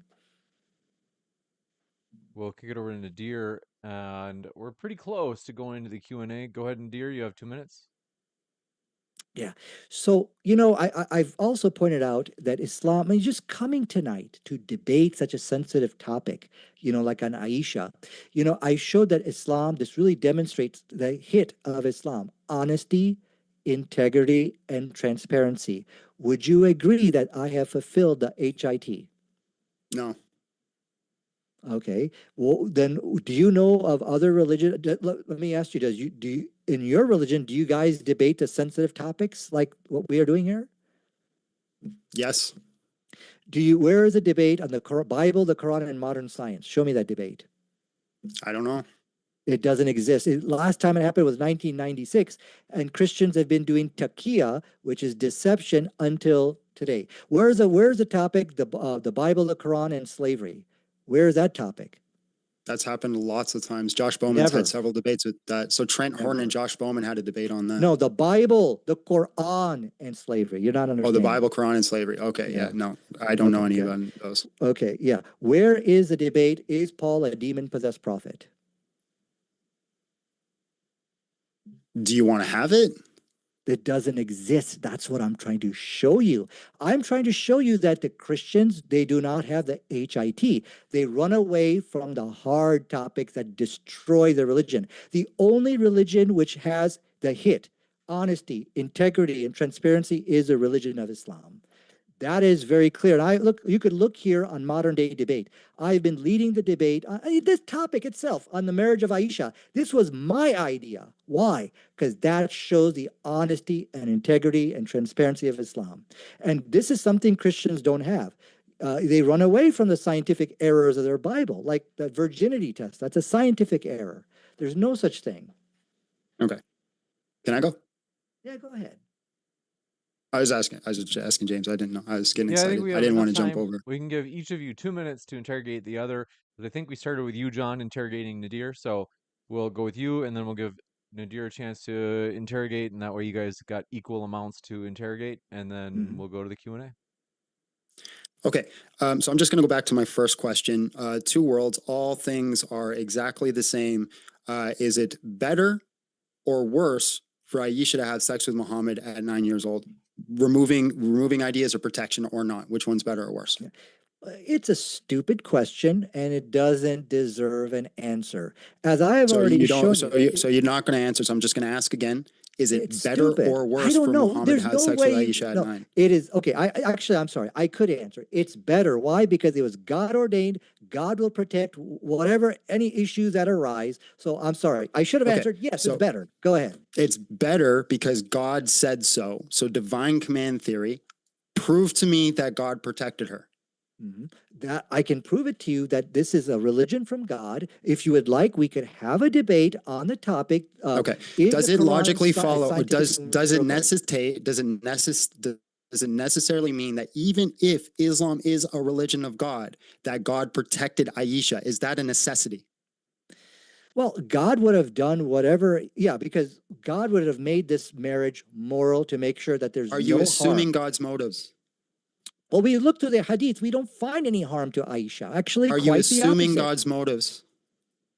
Yes, because God is good, God is moral, God is a loving God, and we go and I can look through Okay, the but this same I can look God, through the this same hadith, we God, see this no same harm. God, hold on. This same Yeah. God in the Quran says that you can marry children and doesn't even allow for puberty. That's in the Quran. So this same God, why would I assume that he Yeah. protected Aisha? Okay, because that's you just pulled another fake. That's your false assumption of the ignorant, credulous person. Because see, the difference is this: Christianity is a fake religion. Islam is a fact-based religion. Everything I have given you tonight is based upon facts. You have been pulling fakes tonight, so there's no Okay, such you're thing not as like answering that the in the Quran. question. The Quran There is itself no such in verse teaching in the Quran. 65 says, for even those who have not yet menstruated, Okay. their waiting period is 3 months. Yeah. Earlier in chapter 30, it says that if you have not had sex with them, there is no waiting period. The logic entailment here is those who have not yet menstruated have had sex with them. Are you saying that all those women were also protected? Okay, so what I'm telling you here is that you are making false assumptions upon the text. Nowhere does that text say, allow me to finish. Is every woman that Please has allow me to sex with a finish. Muslim man protected? Okay. You didn't even let me finish. Is Okay, every first of all, child woman who has sex with a Muslim man John, protected? allow me to finish. Okay. You gotta actually Yeah, address my questions. You I can't am. just I am steamroll. addressing You're it. Okay. steamrolling over. So Okay. let me James, ask my can you question. please I'm step in allowed to over here? interrupt you. He's not letting me answer even. I'm allowed to interrupt Yeah. you in this part. To be fair, Nadir, I think that he's also just worried that, he's got only 2 minutes to interrogate you, so he wants you to kind of address it Well, as you're quickly not as letting me possible. talk. You're not letting me But talk. because you're trailing off on a different point, and I want you No, to you focus on the asked me point. about a Quran verse. I'm going to first correct your misunderstanding of that verse. Okay, rather for you to build off of your misunderstanding. The verse I which you think, quoted from the Quran. So just to be clear, I think Nadir, you're saying like you don't agree that the question makes sense. Is that because I think he's thinking like if you agree it's a coherent question, like will you answer it? Otherwise, are you saying that in some way that it just somehow doesn't make sense?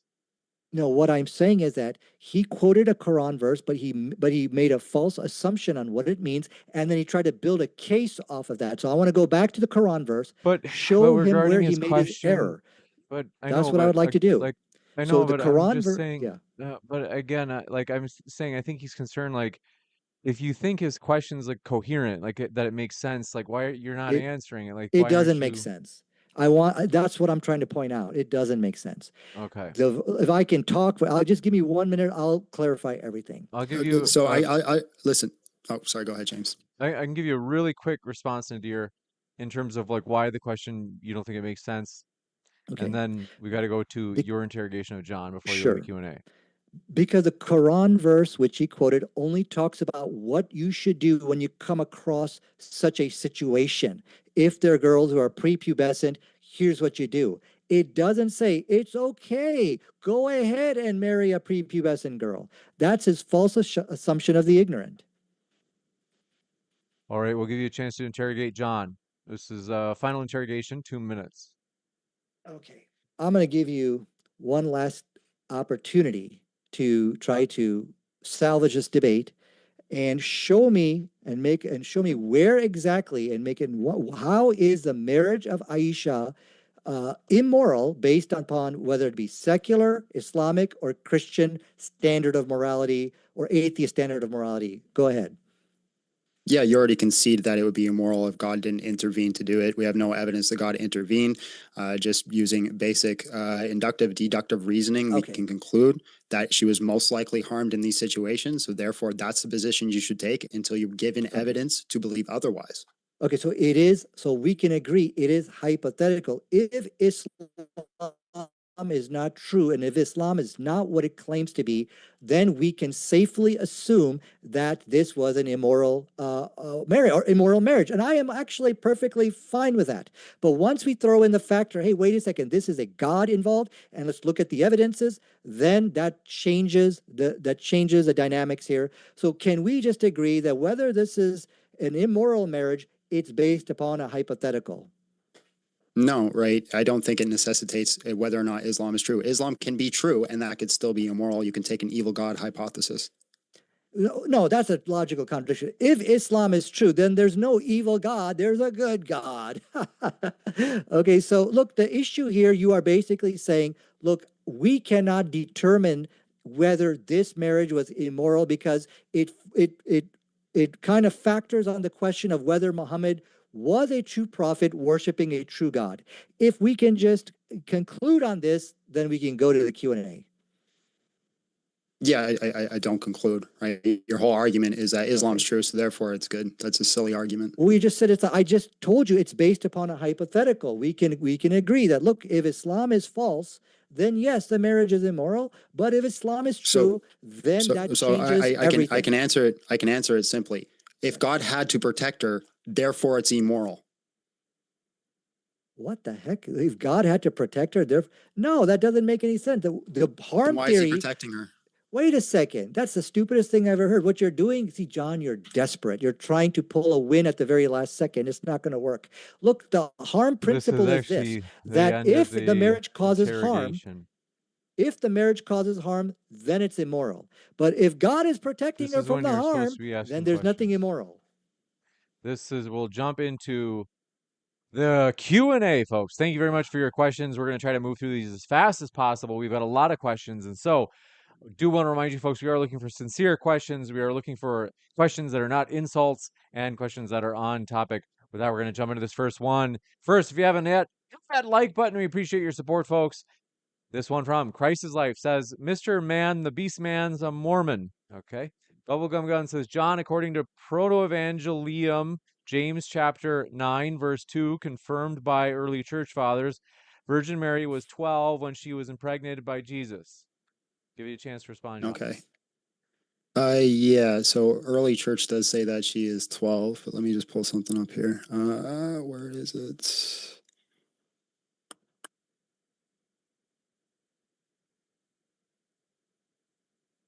Got a lot of notes. 1 second. Give me 2 seconds. If you haven't yet, hit that subscribe button as well, folks. Many more debates coming up. Okay, I don't know what happened to my direct notes on it, but we have reason to believe that she was not. So, for example, in the Gospel of Luke, it says that she is a woman. It uses a very specific Greek word. And then we have in John, Jesus goes and talks about resurrecting the 12-year-old girl. And it says that she was a little girl, and it says that she was 12, and it uses a different Greek word. So we have a Greek word that's used for 12-year-olds. That same Greek word is not used for Mary when it's talking about her when she was impregnated. Funky Mink says, Big John is a great debater. I would love to see more of him. Wow. This one from says, actually, religious asks, we're not afraid of any topic. Namely, he's quoting you, Nadir, as he uses whataboutism to run from the topic. Okay, so they disagree. The Bearded Doctor says, did Nadir use ChatGPT like he did last debate? Nadir? Okay, yeah, I guess I can answer the ChatGPT issue.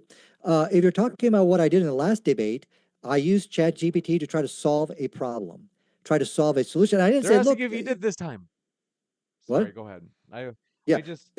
The issue here of, if I can just answer the ChatGPT thing, and I said, look, I specifically and explicitly said, don't just go with what ChatGPT says. I said that so many times. I said, okay, this ChatGPT couldn't solve this problem. My opponent, go ahead and give it a shot.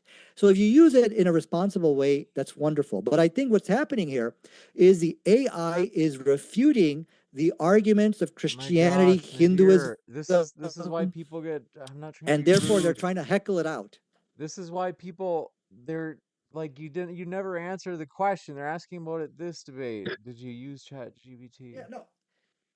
I didn't use any ChatGPT today. You can always lead with no, say, no, I didn't this time. And by the way, last time it was justified because of XYZ. when you Okay. save the answer to the question for last, it's like that's what makes people think where they're like, "Come on, are you avoiding the question?" But I'm Mhm. glad you did not use it this time. Okay. What's up, John? I just wanted to clarify to answer that last question. The verses were Luke 1, right, where he uses that specific Greek word, and then we see Jesus calling the little girl and saying she was 12 was in Mark 5. I just wanted to clarify that. That's it. This one from, do appreciate your question. Empty Box says, I wonder if Nadir, let's see, would let us marry his child. Okay. I Oh, I think they're can answer saying that. like, do you believe in Muslims being able to marry a non-Muslim? Well, if it's talking about a woman, marrying a non-Muslim woman, then no. Men are under certain conditions are allowed to marry women who are like Jews or Christians and believe in God. So, yeah. Thanks for humoring that. And by the way, Nadir, because technically that wasn't really on topic. If you want to, you can always say not on topic, maybe next time, Mhm.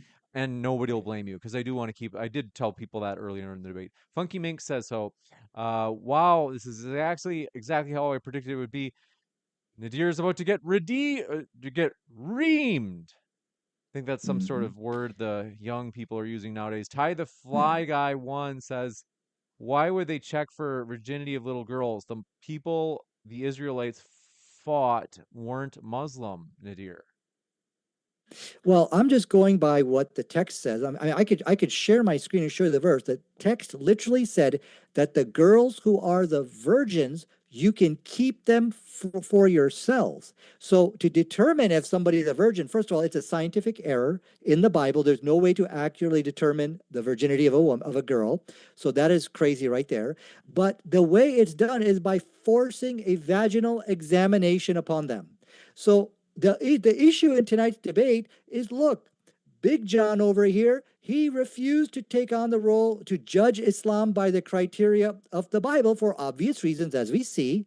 So if you can force a vaginal examination on a girl, then the marriage of Aisha should be okay.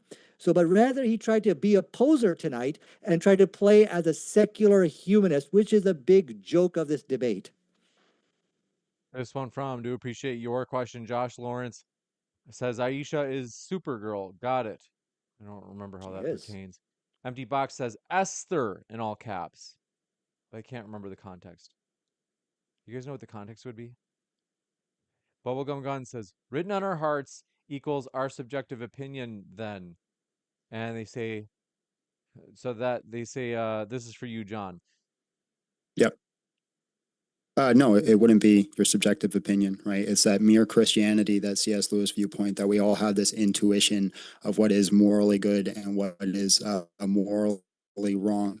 But then we have to wrestle with that when we wrestle with our flesh, when we wrestle with our spirit, when we wrestle with the Holy Spirit. And then we can use the lens of Scripture to better understand those morals that are written on us. It says in the Scripture that Paul says in the Scripture, the Gentiles who do not have the law unto themselves with their own conscience bearing witness against them. There's many times throughout Scripture that says the law is written on our hearts. It says in, I think it's Ezekiel, where it says, there will come a day where you'll no longer say to your brother, come know thy Lord, for it will be written on your heart. The whole purpose of the Holy Spirit is that the Holy Spirit will guide us into truth and what is right and what is good.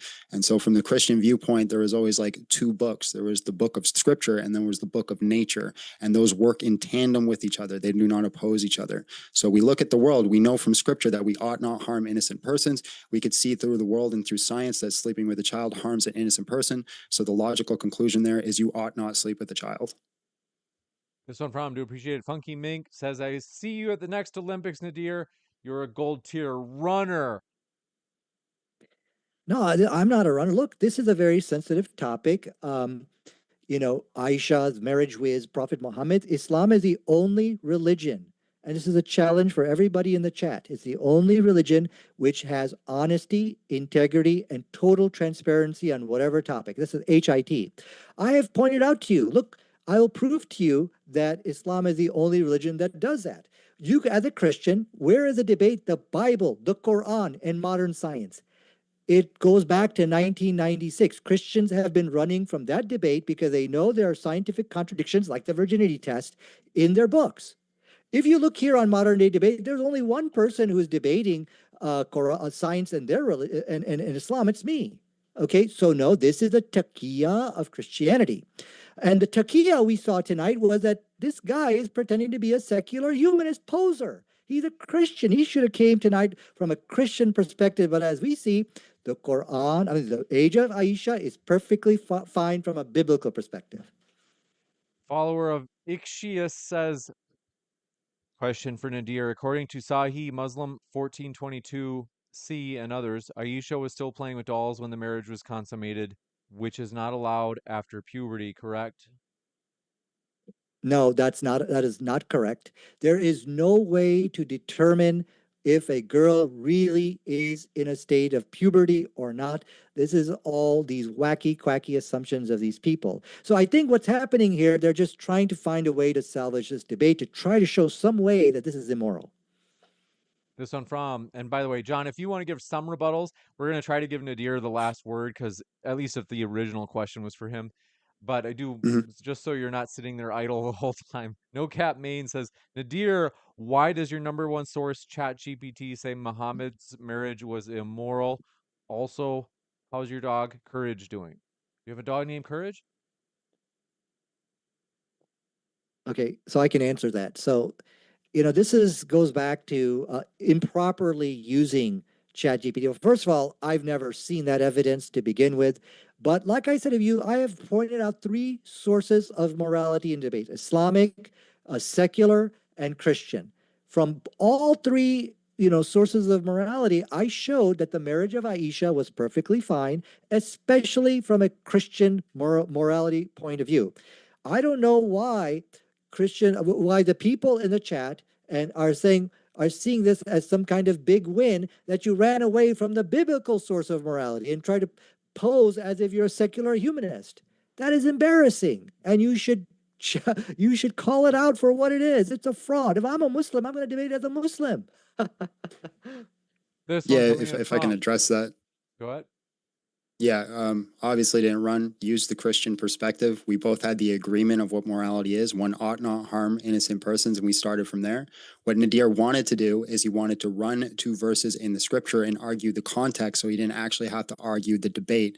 I disagree with his context. I don't agree with his conclusion on Numbers 31. But if we get into that debate, then we're going to spend 90% of our time arguing about that rather than the substance of what we're supposed to be arguing about. Yeah. Well, all you're in denial because there's embarrassing teachings in your book. Look, we can go to the actual, commentaries on the Bible, and the text is very clear. What is not clear to you that the virgin girls you keep for yourself, okay? There's no out of context thing here. And how do you determine virginity? Oh, well, you got to force a vaginal examination on these little girls. That is an inescapable conclusion. We'll go to the next one. This one's from Funky Mink says, I cannot debate my own book's morality. I have to appeal to yours. They're quoting you. They're saying, Nadir, that this is what you say. They say you cannot defend your own book without bringing up something that Moses said, cope and seethe, Nadir. Mhm. No, actually, I've brought up, I'm using it as a standard of morality. That's perfectly fine. You see, you're trying to turn this into some tu quo fallacy, and it's not. I'm saying based Took on okay. the, yeah, I'm trying to show. I've listed three standards of morality: Islamic, secular, and I listed also biblical. I went through each one and showed how it is perfectly moral from each point of view. In the Hadith, there is no record of Aisha being harmed in any way. Rather, this is just the false assumption of the ignorant, credulous people. That's FAIC. That is because Christianity is a fake religion. So It from, seems that we're just go focusing ahead. on, sorry. Yeah, if we're just focusing on rhetoric, my rhetoric here would be like Islam can't actually make any arguments at all without talking about Christianity. It's literally the foundation of own belief. I'd actually argue that if Christianity was like to cease to exist today and like you would have nothing, your religion would just crumble. Without Christianity, Islam's just gone. This one from Keg Dog says Surah 65:4 explains the proper practice of remarrying prepubescent girls after divorce from a consummated marriage. How does Nadir defend this? Yeah, nowhere does that verse advocate or encourage anybody to marry a prepubescent girl. Rather, what the verse actually states is when you come across such a situation where somebody is married to a prepubescent girl, here's what you do. So, as I said, Christianity is a fake religion, FAIC. This is just another fake which they impose upon our text. Now, in tonight's debate, I was going to show you clear text which shows you how Islam discourages child marriage, whether they're prepubescent or anything like that. But we never got around to that, and so I guess that's all I have. Yeah. Yeah, if I could respond to that, we have hadith where Muhammad literally encourages it, where he rebukes somebody for marrying a woman that was already older and already had intercourse. He says, "Why would you want to have that? You should get a young virgin to play with." So, from bot by Virgin does not mean prepubescent. Look, virgin can also be in their 20s. bot Look at the blood fake. Bought by Blood 316 says, question, Nadir, is there a single hadith or Quranic verse that justifies Muhammad's actions such as that he knew prior to the sexual act that God would protect Aisha from harm? If so, cite it. Well, as I stated, if you look through the hadith, we don't have any record of Aisha suffering any harm. And as I said, from logic, people are innocent until proven guilty. Once the hadith made it very clear that this marriage of marrying Aisha was not Muhammad's idea, he didn't do it off of desire, but this is God ordained, and therefore God will protect this. Look, the issue here tonight, you got to apply the principle of charity here. Okay, you got to give the benefit of the doubt. So I think where this debate should now lead to is, how do we know Muhammad is a true prophet? And if John wants to debate me on that, we can definitely do that. So I'll leave it to you, John. Would you like to take that debate? Yeah, I would love to. Yeah. So just remember, ladies and gentlemen, everybody listening in the chat, apply the principle of charity. When somebody grapes a child but says that God told him to do it, just remember, apply the principle of charity. Just assume he's innocent. Start on that principle. That's an excellent logical standard. We should all do that. Amen. Hallelujah. Islam is such a beautiful religion. All right, go ahead. You're being bad again. Born again, double down. That was already refuted. Okay, as I said, nobody is a true prophet by default. They are false prophets. That's everybody. So I actually agree with you. If somebody comes with that type of claim, you should automatically reject it. But the difference with Islam is Islam comes, especially here on MDD, with scientific, prophetic, and archaeological evidence to back up that assertion that it is a true religion of God. And great, I think, John, you did say you would like to debate me on that, so James can go ahead and set that up.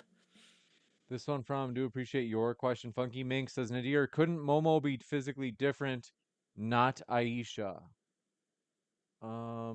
Yeah, I think this is kind of irrelevant. He's mocking the name of Prophet Muhammad. But hey, I tell you what, look, the issue here, what I am seeing is that people are engaging in heckling and mocking because they cannot formulate a good argument to show that this was an immoral marriage.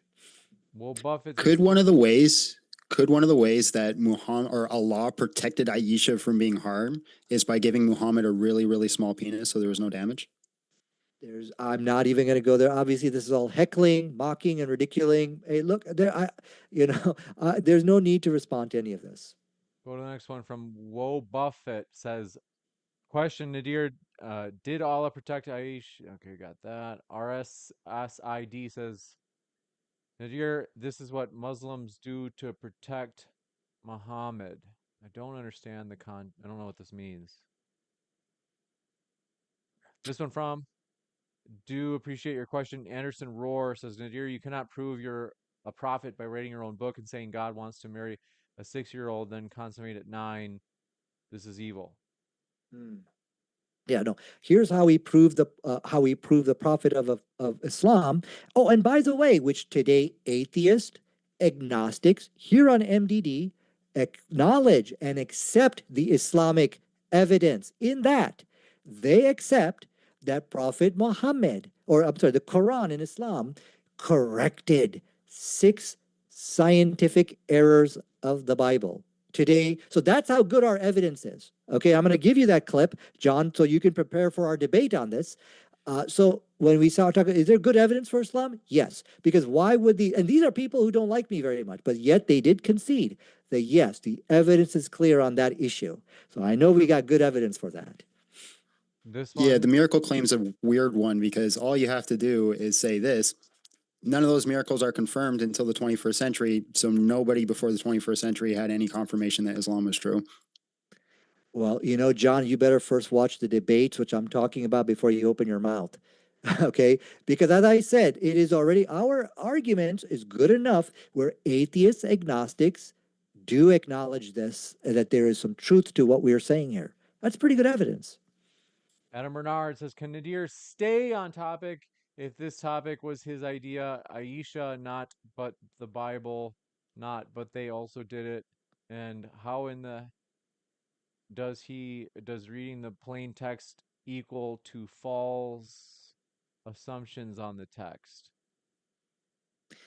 You are not reading the plain text. You are making false assumptions that you're thinking when a verse in chapter 65 says, here's what happens when you come across a situation where you see somebody married to a prepubescent girl.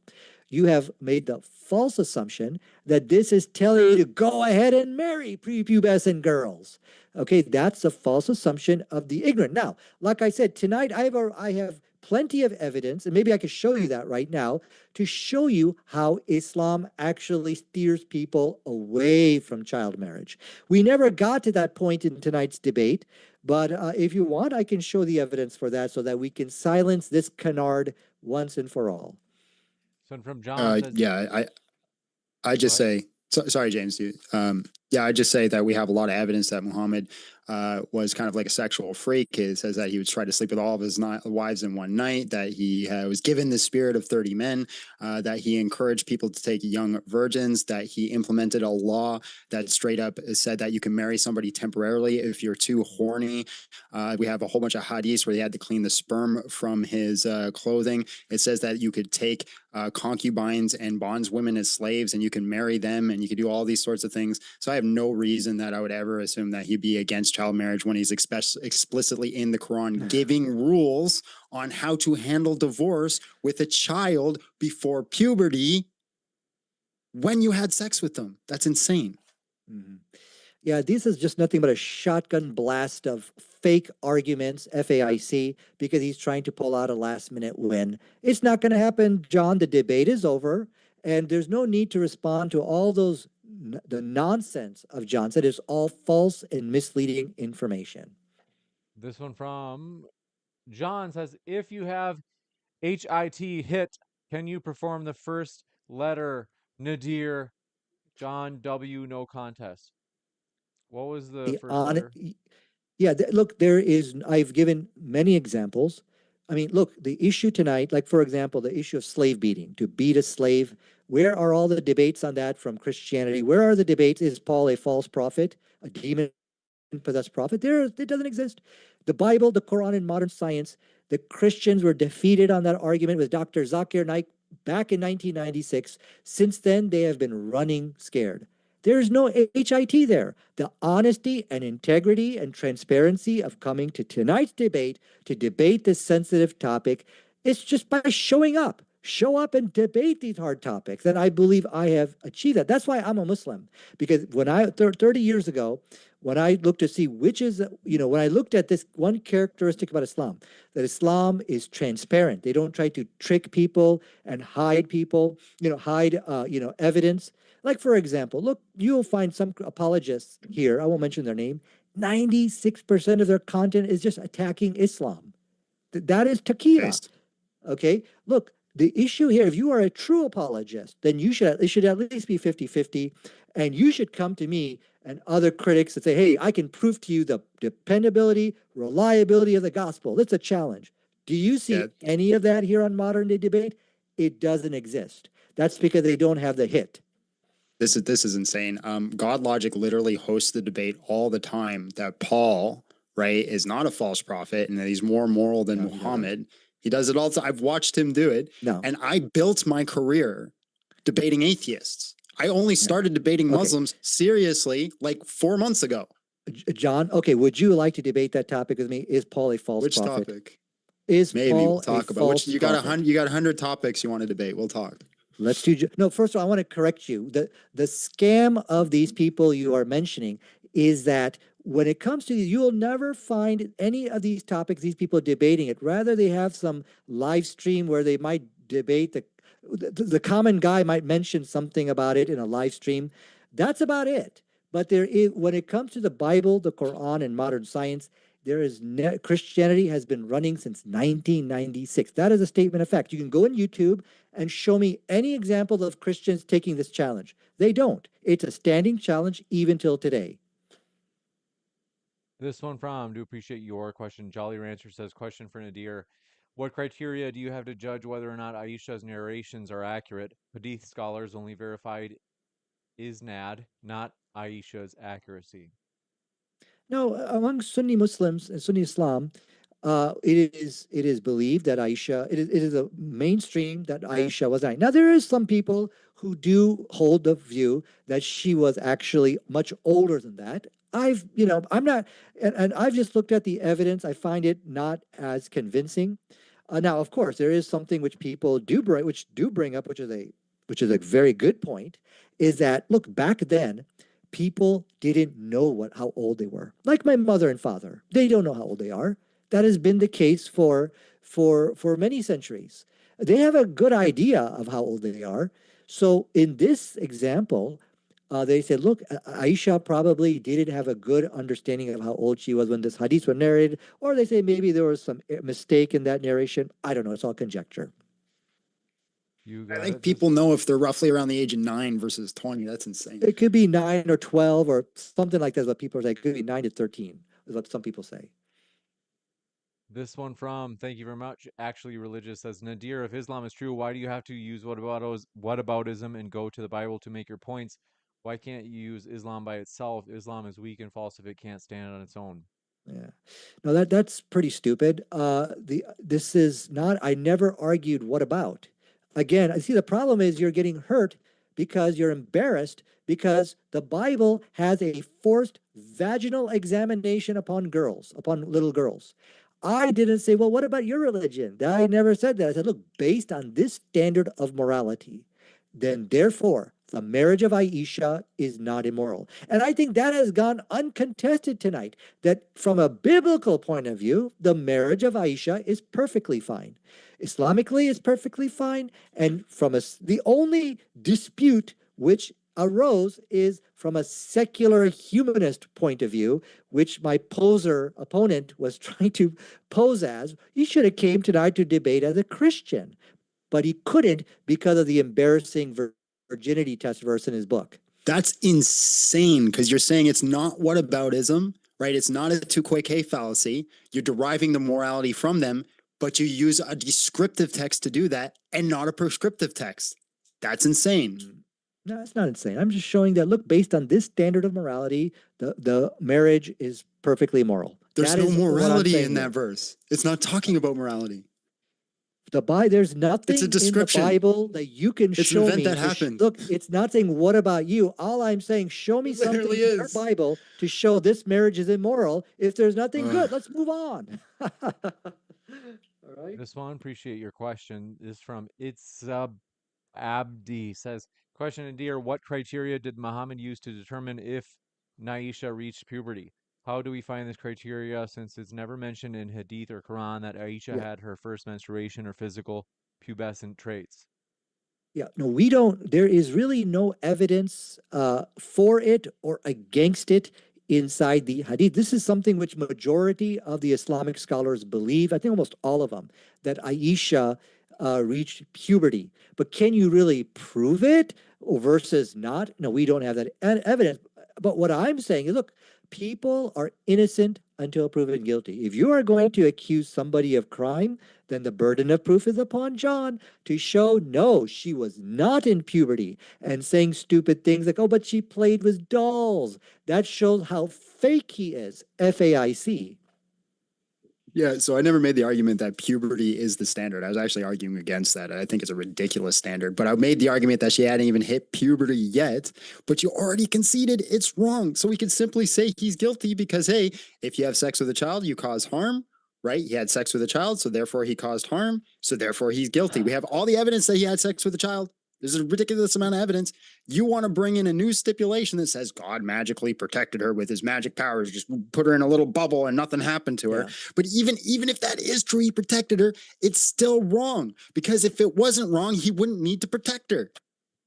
Yeah, that's circular reasoning. And we've already debated this, endlessly, John. Don't try to, try to pull off a last minute win.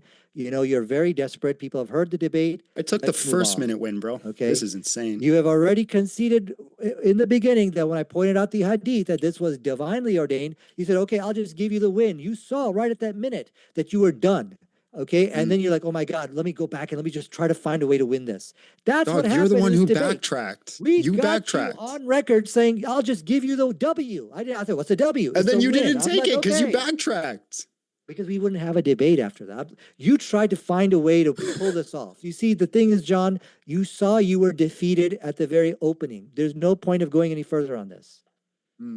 This question from, do appreciate it. All right, that Orba says, thanks for hosting this and complete. Let's see. W. John, God bless you all. Jamie Silva says, Nadir, if Allah created through his word, is it fair to say that Allah and his word share the same nature? If not, who created Allah or his This is word all off or both? topic. This is off Gotcha. topic. Big West says to Nadir, did you just admit to Aisha needing Allah's protection from Muhammad? You said God protected her, quote unquote, from what and who exactly? Yeah, well, first of all, this is kind of going back to the point where I've explained very clearly that the marriage of Aisha was something which was God ordained. So God handles it from there on. Whatever took place, I don't go into the details, what took place in the bedroom or anything like that. But if this is from God and therefore God is a moral God, God will do whatever he has to do to make sure this marriage is moral, whether it's protection or anything like that. So that's the logic which I have presented tonight. So the issue tonight is it's conditional. Whether the marriage of Aisha was moral or not, it's conditional based on is Muhammad a true prophet, which we are going to debate at a later time. This one from So notice he never answered the question. Who and what was she being protected from? I don't know. I mean, this is getting into the details of a child marriage. There's no details given there. Okay. So I have already said that we can. You've had the birds and bees talk, right? You know how it works? Yeah. When a mommy and daddy love each other? The debate is over, John. We are here to answer questions. You're trying to find a way to pull this win off. And what was she protected from, Nadir? Probably nothing. Probably there was nothing there which even caused So he any didn't harm, protect her. Because he was too small. Because he was too small. He didn't cause any damage. We're not going to go question. there. That's so stupid. Follower of Ichias says, Nadir Sahih al-Bukhari 6130 says, quote, dolls were forbidden, but it was okay for her because she hadn't yet reached puberty. According to this hadith, is it okay for a girl to play with dolls after puberty? I'm sorry, I did not. What was that hadith again? Sahih al-Bukhari 6130. 6130. Let me just read it real quick.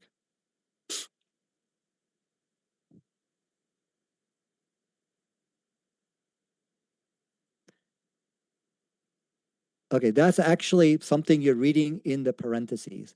They're saying it says over here, the playing of dolls and similar images is forbidden. No parentheses in the Arabic. Aisha's time, as she was a little girl, not reached the age of puberty. This is somebody's commentary. This is not what the text says. Okay. It's the al-Bukhari's commentary. There's no parentheses in the Arabic. This is a commentary you're reading. This is somebody's opinion. There is no way that we have no evidence to say whether she was in puberty or not puberty, okay? Dog, why are you lying? What are you talking about? Okay, you can read Arabic. There's no parentheses in the Arabic. No, okay, I will share my screen here, okay? Let me share my screen and we can see who's a liar here, okay? You should, let me go ahead and do that real quick. I'm going to share the hadith right here in front of everybody. Okay, tell me if you can read this, okay? I used to play with the dolls in the presence of the prophet, and my girlfriends also There's used to no play with me. parentheses in the Stop. Arabic. Stop. Look at the Arabic. When Allah's messenger used to enter my dwellings, they used to hide themselves, but the prophet would call them to join and play with me. Now the parentheses, this is the parentheses I'm talking about. This is from Fath al-Bari, page 143. This is the commentary, John. Do you see what I'm underlining there? The guy was quoting somebody's commentary. This is not from the actual text itself. So it's not in the Arabic there? No, it's not. You read Arabic? Yeah, I can read Arabic. Can you read it in Arabic for us? No, I'm not going to do that. We're going to move on. This is what the hadith is showing right here is very clear. That is a comment. That is a commentary somebody inserted in from Fath al-Bari with the. But even if that's true, you don't trust those that. scholars, but you trust all the Okay. other scholars that agreed with you. Yes. Got it. Look, let's move on. You are trying to whip a dead horse here. You're not going to be able to prove Aisha was not at the age of puberty this way, John. Stop being desperate. It's embarrassing. I can say just because she was 9. Sorry, James. Go ahead. You guys certainly have chemistry. This one from Do Appreciate It. Big West says to Nadir, did you just admit to Aisha needing Allah? We got that one, sorry. Funky Mink says, if you looked at this channel, Nadir, you would see Made by Jim Bob debating science and the Bible all day. Jared Francis That's true. says, by the way, That Kent actually is not- Hovind is returning in a few weeks, for Mhm. better or for worse. Jared Francis says, why does Iraq Can I answer allow... that? Go ahead. Yeah, no, look, if you look at the people, let's say with the big YouTube channels, they will never debate the Bible, the Quran, and modern science.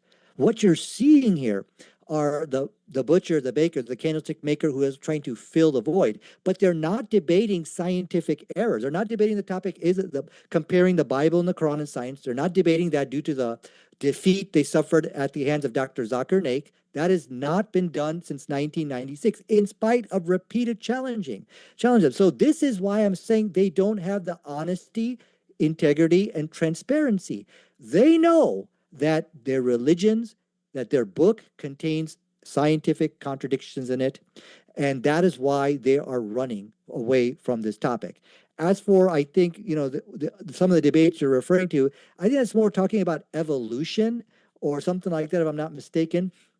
But I'll give you one example. In fact, you mentioned God Logic. That's a good example. Look, he's a runner.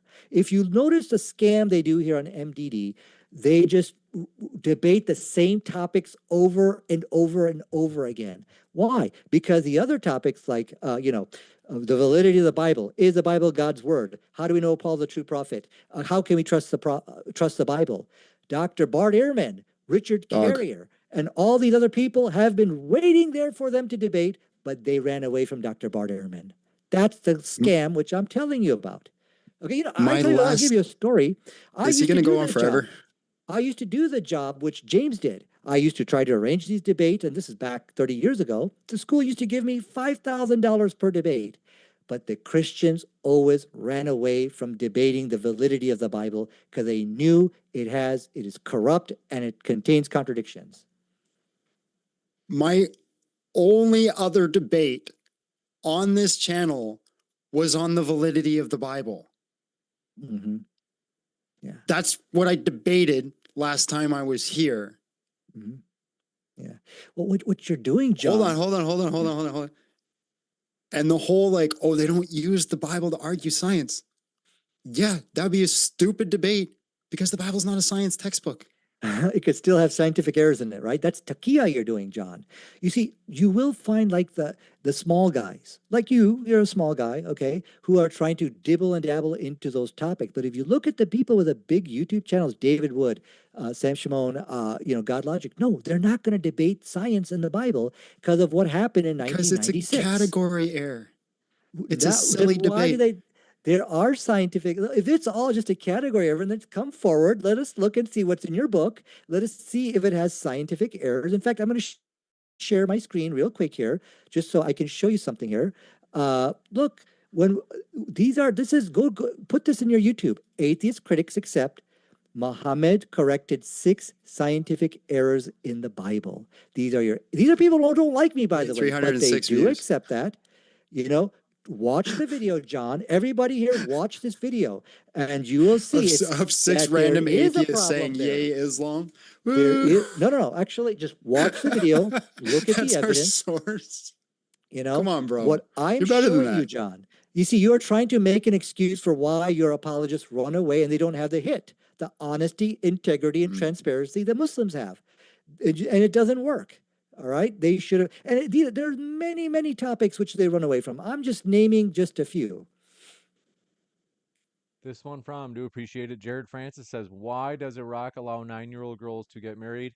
Parentheses, when on the night they consummate the marriage, if Muhammad didn't consummate when Aisha was 9.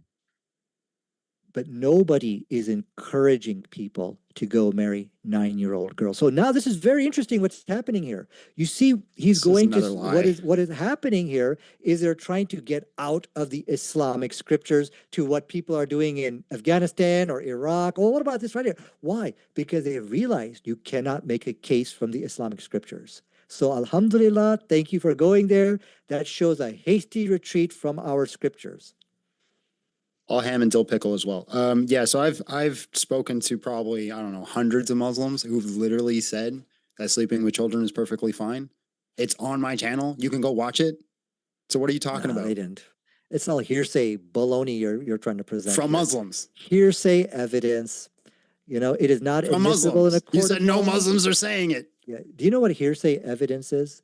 Hearsay evidence is Yeah, when I you try to heard the Muslims say allow that me they to want to finish. sleep with children. Hearsay evidence is where you try to quote somebody, but they are not in the courtroom to defend themselves on what that I position have it on is. video. Okay, well, that the issue, but like I said, I'm glad where this discussion is going. It's getting away from the Islamic scriptures because you know from Quran, Hadith, you're not going to make your case from there. This one, Do Appreciate Your Question. Follower of Ixius says, but for Nadir, they say, according to medical research, the cavity depth of an average 9-year-old is a couple inches. And for Momo not to damage her, he would have to be smaller. Yeah, this is all heckling, mocking. I'm not going to get into this type of discussions. I think the case was made. Why did you engage in Yeah. a debate about sex if Hold you on. don't want to talk about No, sex? no, I'm not going to talk How about does the. sex work? Okay, John. I'm not going to get into these type of discussions. Okay, I think the case was made. You could talk about it if you want. I think the case was You're made not going where to we talk about talked sex about in a debate about sex. where we have already talked about that this is something divinely ordained and God will protect this marriage or any kind of harm. Okay. Well, my opponent just shows that he's too afraid to say like words like penis and vagina. We're all grown-ups, right? It's a conversation about sex and sexual intercourse and whether or not it harms somebody. It's just a fact. If you got a member that's an average size and you put it in someone that's a child who's not, right, the normal size, it's going to hurt them. It's going to do damage. But you don't want to engage in it because you know it cooks you. It's already been refuted. That's why we don't have to go into the details. It's already been refuted. D34D says Aisha was a child. It doesn't matter what other worldview has an opinion on it. Even Christianity, it is wrong. Momo did wrong. The Bible makes marriage between two adults. I love this. I love this question because what the questioner is realizing is the standards which I've presented, Islamic, secular, Christian standards. The marriage of Aisha is perfectly moral. So this guy is realizing that. He said, okay, well, I don't care about any kind of those morals. I'm not those moral standards. I know I'm not going to be able to make a case from there. So I'm just saying that it's wrong. So this is called being bad. Born again, double down. You just double down. I said so. So I like where the discussion is going. It shows that I've argued an airtight case for the morality of this marriage. Yeah, so it's not that I said so. We both agreed on the standard of morality. It's just that you said so, that God protected her. This one from Do Appreciate Your Question. F it button says being honest about being the great person who likes children. What color Timberwolf? I don't know what that means. Jolly Rancher says humanist paradigm does not grant God, so it's immoral. I'm sorry, what was the question? I'm confused by that too. They said humanist paradigm doesn't grant God, so it's immoral. The humanist, well, so now he's coming into, if you look at from a secular point of view, right, like where they don't grant that this is from God, which is pretty much what my opponent was trying to debate here from a secular humanist point of view. I said, okay, once you, then you got, that's going to force you to reject the hadith where it said this was divinely ordained. Once you reject the hadith, that gives me equal right to reject the hadith of Aisha being 9 years old. So then, therefore, there's no problem. Once you start cherry picking and knocking out this hadith is not valid or this hadith like that. So therefore, it's a self-defeating our argument there. But by the way, James, how much more time do we got? Because I got to get going very soon here. We can wrap up shortly. Let's Okay. see. If you can give me maybe just another 20 minutes, I'll try to Okay, like sure, no rapid problem. fire through these. Can I respond to that? Yes, if it's pithy. Yeah, I don't know why Nadir didn't want to take his W. If he wants to reject the hadith and say Aisha was 19 years old, I'll give him his W. Yeah. Dog. Well, Go ahead, Nadir, if you want a pithy response. yeah, I think you have already given me the W, and I didn't know what it was. You told me it was the win when you came across and you realized that the marriage of Aisha wasn't done based upon improper uh, intentions or desire for a child. Right there, Well, 90% of your opening presentation was defeated right there. So that is why you decided to surrender in the opening of our debate. But then, it was too early. I thought, let's just keep debating this. And then you try to bring up hypotheticals. What if Muhammad wasn't a true prophet or something like that? So, we'll let the audience decide who got the W. They that's no did. problem. I hate to do it. We just have to move fast because we. To be fair, Nadir is in Eastern time, so I think for him it's like 11:34 p.m. Dog Right. Badger says God and Science debate 12/24 March 26th. Planned debates Pinker debate 2026 Faith and Science Conference Yeah. 2024. Nadir, I think they're Yeah. saying these are debated often. No, they're not discussing the scientific errors in your book, like the virginity test, like the Bible says that the mustard seed is the smallest seed that you plant into the ground. And it's not comparing the Bible and the Quran and modern science, which was what Dr. Zakir Naik basically debated back in 1996. So, no, there is no honesty, integrity, and transparency in Christianity. Only the religion of Islam does. Again, you go look at the guys of the big channels, look at, and I won't mention their names, but you could see that there's a lot of missing topics there. And one of the biggest one is Paul a demon possessed prophet? Now, we used to debate those back in 1990, in the 90s. I was there. I used to do what James was doing, just arrange it, And so what happened was the Christians were getting defeated, exposed badly, which they do admit. If you talk to those people, they say, yes, we lost a debate with Dr. Zakir Naik. And then they issued blackout orders that they are topics we will never debate again. And the Bible, Let's the move Quran, to and the modern next one. science was one of them. All This is right. from App Who's Frenzy. issuing these blackout orders? Who's our boss who's issuing these things? I can tell you who it was. It was Sam. If you go talk to him, email Sam Shimon. He was actually there Sam on the Shamoon's the stage. boss. Well, the story was he was there on the Yeah, stage with Dr. sounds. Zakir Oh, we Naik. have to. I hate to do it, but we have Yeah, so people I can know give who you to the ask. names.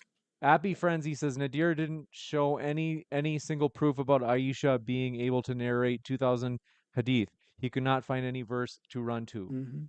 any Bible verse. Well, yeah, I mean the issue about Aisha narrating thousands of hadiths, you just open up Sahih Bukhari, you open up the hadith collection, you will see hadith after hadith narrated by Aisha.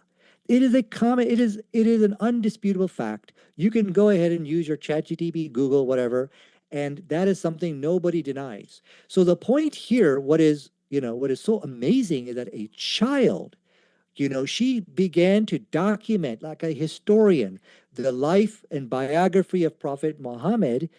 And then she, throughout her life, narrated 2,000 hadith. This is not something a human being can do. And that shows it supports the evidence for the We divine have to go. claim of the hadith. MRY Lixindra says God says that whoever wishes harm against one of his children, then they should have a millstone wrapped around their necks and be thrown into the ocean. This one Based. from Main says, question Nadir. Oh, by the way, folks, we can't take any more questions because we do want to wrap up so Nadir can get a decent night of sleep. And hit that like button. Main says, question for Nadir. Muhammad is the best example for mankind for all time. Following Momo's footsteps, will you marry a 6-year-old girl and have sex with a 9-year-old today? Okay, can I share my screen real quick and I can go ahead and answer that for you. So let us go to the hadith and see what is recommended for us for when who we should marry and what and the conditions on that. So I think that's going to go ahead and answer your question. So I'm just going to share my screen here real quick because I didn't get a chance to actually answer this question in the debate. So I'll do it right. Oh, no, not that. Let me try it again. Share. Here we go.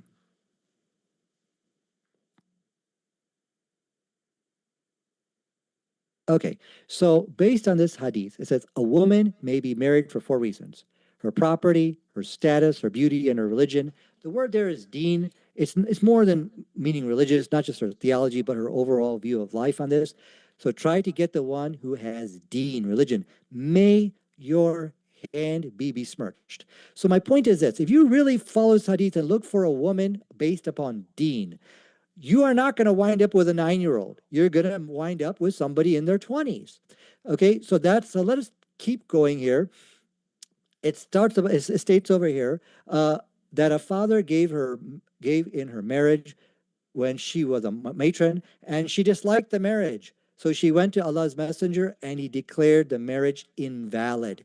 The point here is, if you go to a child's room and say, hey, you're going to marry this guy over here, they're going to go, well, I don't like that. So a woman's Doesn't permission. matron mean older? Well, this actually goes for. Let me show you the next study. This goes for even a virgin girl. It says a virgin should not be given in marriage until her permission is sought. So Can you read my the rest of point it? here, yeah, and her Finish the silence is her permission. Why? Little Because it 9-year-old girl shows. sitting there quietly. That Yeah, means yes. yeah. If this is a marriage which a person doesn't like, they're going to be crying, they're going to be screaming, oh, mommy, I don't want to marry this person. Okay, when it says her silence is her permission, because this is something called Unless she's scared. Stop interrupting me. This is something called the adab, which is mean the traditions and customs, and it is even done today that a woman from her shyness, she can just stay silent, and when the guy says, Just okay, remember, you want to boys, marry her, this happens at every marriage ceremony because you're if she ignorant. doesn't you say don't no, know. it's a go. So, like when you go to an Islamic marriage ceremony, the Muslim, you could say imam, goes to the woman and she asks her, do you want to will you take this man for your husband? She And stays if she sits silent. there silently, it's Okay. yes. Yeah, and that means a yes. You can go to any kind of wedding reception and see. So the problem is, John, go to you're the next being one. fake. You're just making fake, false assumptions. Maybe this one from Peg Dog says, Surah 65:4 says the waiting period to remarry the prepubescent girl is 3 months and not to wait until maturity. Yeah, so if there is but like I said, Islam does not encourage marriage with a child. The hadith which I quoted for you is you should look for a woman based upon her deen. May your hands be besmirched. So this is a Why doesn't it just condemnation say? for people who don't Why do doesn't it that. just say, like, if it's supposed to be correcting, why doesn't it say that she should not be remarried? Why does it continue to say that she should wait before getting married again? Yeah. I'm sorry, I didn't understand your question. In What's your question? 65, her waiting period is the waiting period before getting married again to make sure that she isn't pregnant. Right. So what's why your point? is it saying, why doesn't it say, okay, well, she hasn't menstruated yet, therefore you shouldn't marry her, even though she was already married once, the next person shouldn't. No, it says her waiting period is 3 months to get married again. So it seems to be saying, yeah, go ahead, do it. No, it's not telling you to go ahead and do anything. It's telling you, here's what you do when you come across this situation. The hadith is very clear. It said, may your hands be besmirched if you don't follow this advice on who you should marry. And based on that, you're not going to wind up with a kid. It's over. This one from Do Appreciate It. F it Button says, Is a statement of fact a factual statement? No. Just more just obfuscation about minor marriage. Imagine not being able to answer a single question directly due to guilt. Do you remember the question they said? Is a statement of fact a factual statement? No.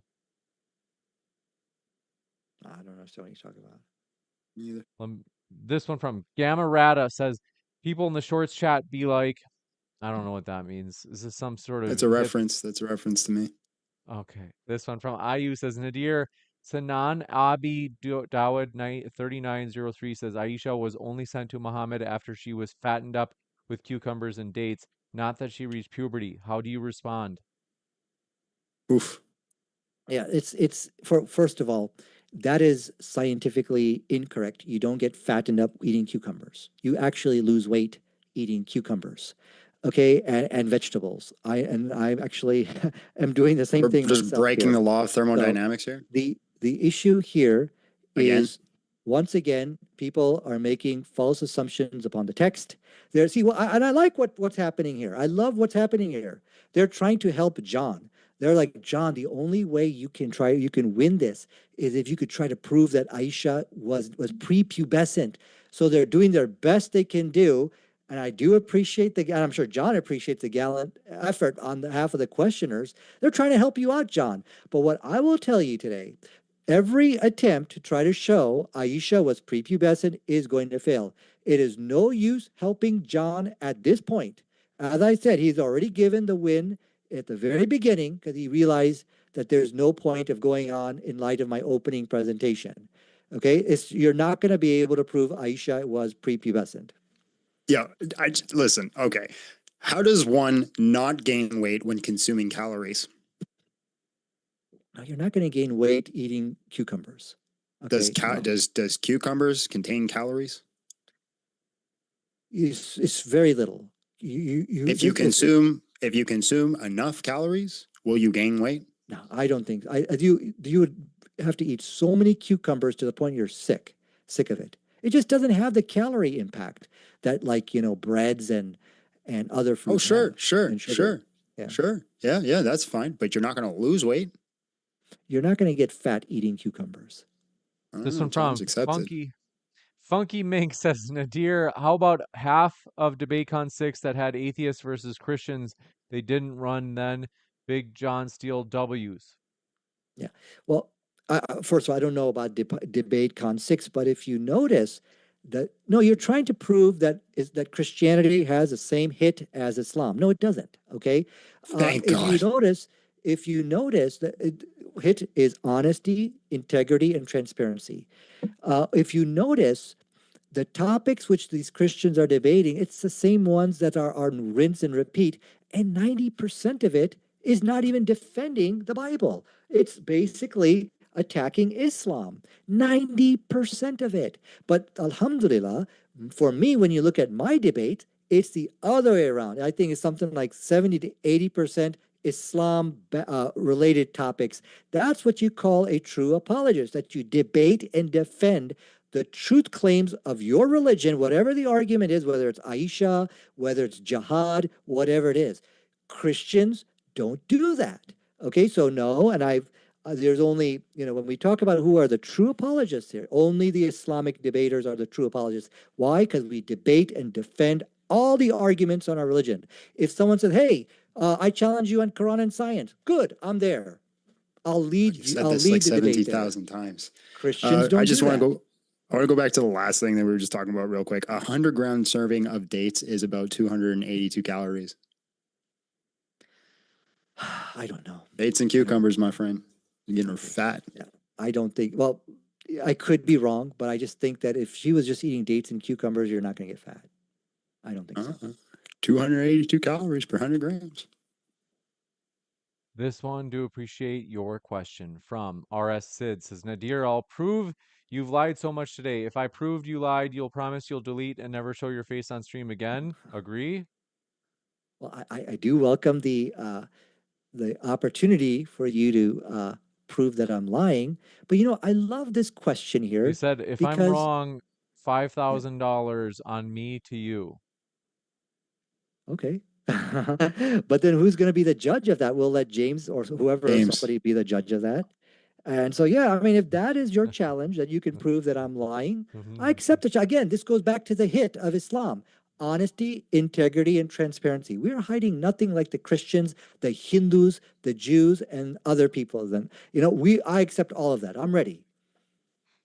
Okay, so it sounds like you're saying you are willing to never show your face again Well, I'm not going to never show my If face again, but James if James says you're I'll a liar. take, on the I'll take the internet. $5,000 though. No, I mean, of course, please. you're not willing to like risk your, potential loss. You only want the upside. If I'm wrong, I'll admit I'm wrong, but I'm still going to appear. I still want to come back on modern day debate. Don't take They that away from me. they say Else they're I'll have gonna nothing. they say allegedly they're gonna prove you're lying. I like Okay, sure. But I see the thing is, they're trying to do the job John is supposed to be doing here. What they're doing, they're not satisfied with his debate performance. So they're trying to win the debate after the debate. They're like, okay, I can prove you wrong, Nadir, because John couldn't do nothing up here. So I like these Is yeah, type your of that's what is they questions. your said. hand is your hand getting sore patting your own back? Like what's going on here, man? They're patting my back. Okay, that's an embarrassment for you, John. That I listen, man.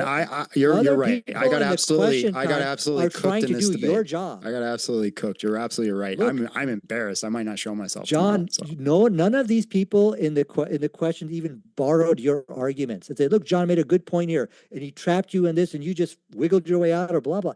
you're No, right. I've been John, reading the they're chat. They've been trying to roasting me pretty win the hard. debate after the debate that they saw. That is dissatisfaction, John. I'm known to RSSI dissatisfy. RSSID 5372 strikes again, says I'll transfer money to modern day debate, the $5,000 I promise, but they say it's only if you are willing to say that you will delete your internet presence forever. Well, I I can't. disagree. Hold on. Can I answer this one? I disagree. I think, Nadir, I think you should become one of the faces for Islam, and I think you should continue to debate, and I think you should be the main person we put right up there to defend Islam. I support you every step of the way. Well, thank you, John. You're welcome. I never knew you thought of me that way. I think very highly of your Islamic Well, thank you. apologetics, and I think you should be Thank the you. face of Islam. Okay. Wow. But I have no hair. I don't know how that's going to work. Well, in your face you do. This one from Big League Yeah. Drew says, how would you feel if you didn't have breakfast today, Nadir? I think Nadir got asked this last time. Nadir. Well, I'd feel hungry. John, how would you feel if you didn't have breakfast today? How would it feel if I skip breakfast all the time? I fast all the time, so it's fine for me. So, like, fine for you as in not hungry. Yeah, I don't even think I had breakfast today. Wow. But yes, folks, thank you so much for your questions. I do want to let these guys go as it is late. They've already been here for 2 hours 50 minutes. So huge thank you. Check out Yes. both of our guests in the description box. That includes the podcast. You can find both John and Nadir's links here in the description box on YouTube, but also at the podcast, which you can find at fine podcast apps everywhere, including Spotify, Apple Podcasts, you name it. Modern Day Debate is on that podcast app. And you can find our links in the description box there too if you're listening later. And hit that like. We're only 30 likes away from 600. People really enjoyed this. Like, people were just jazzed. So Oh, wonderful. thank you, John and Nadir. It's been a pleasure. Thanks. Yeah. Thanks for having me. All right. With that, folks, Okay, I'll be thanks. back Bye. in a moment. See you, So Nadir. stick around. Yeah. I'm that guy. Get out of here.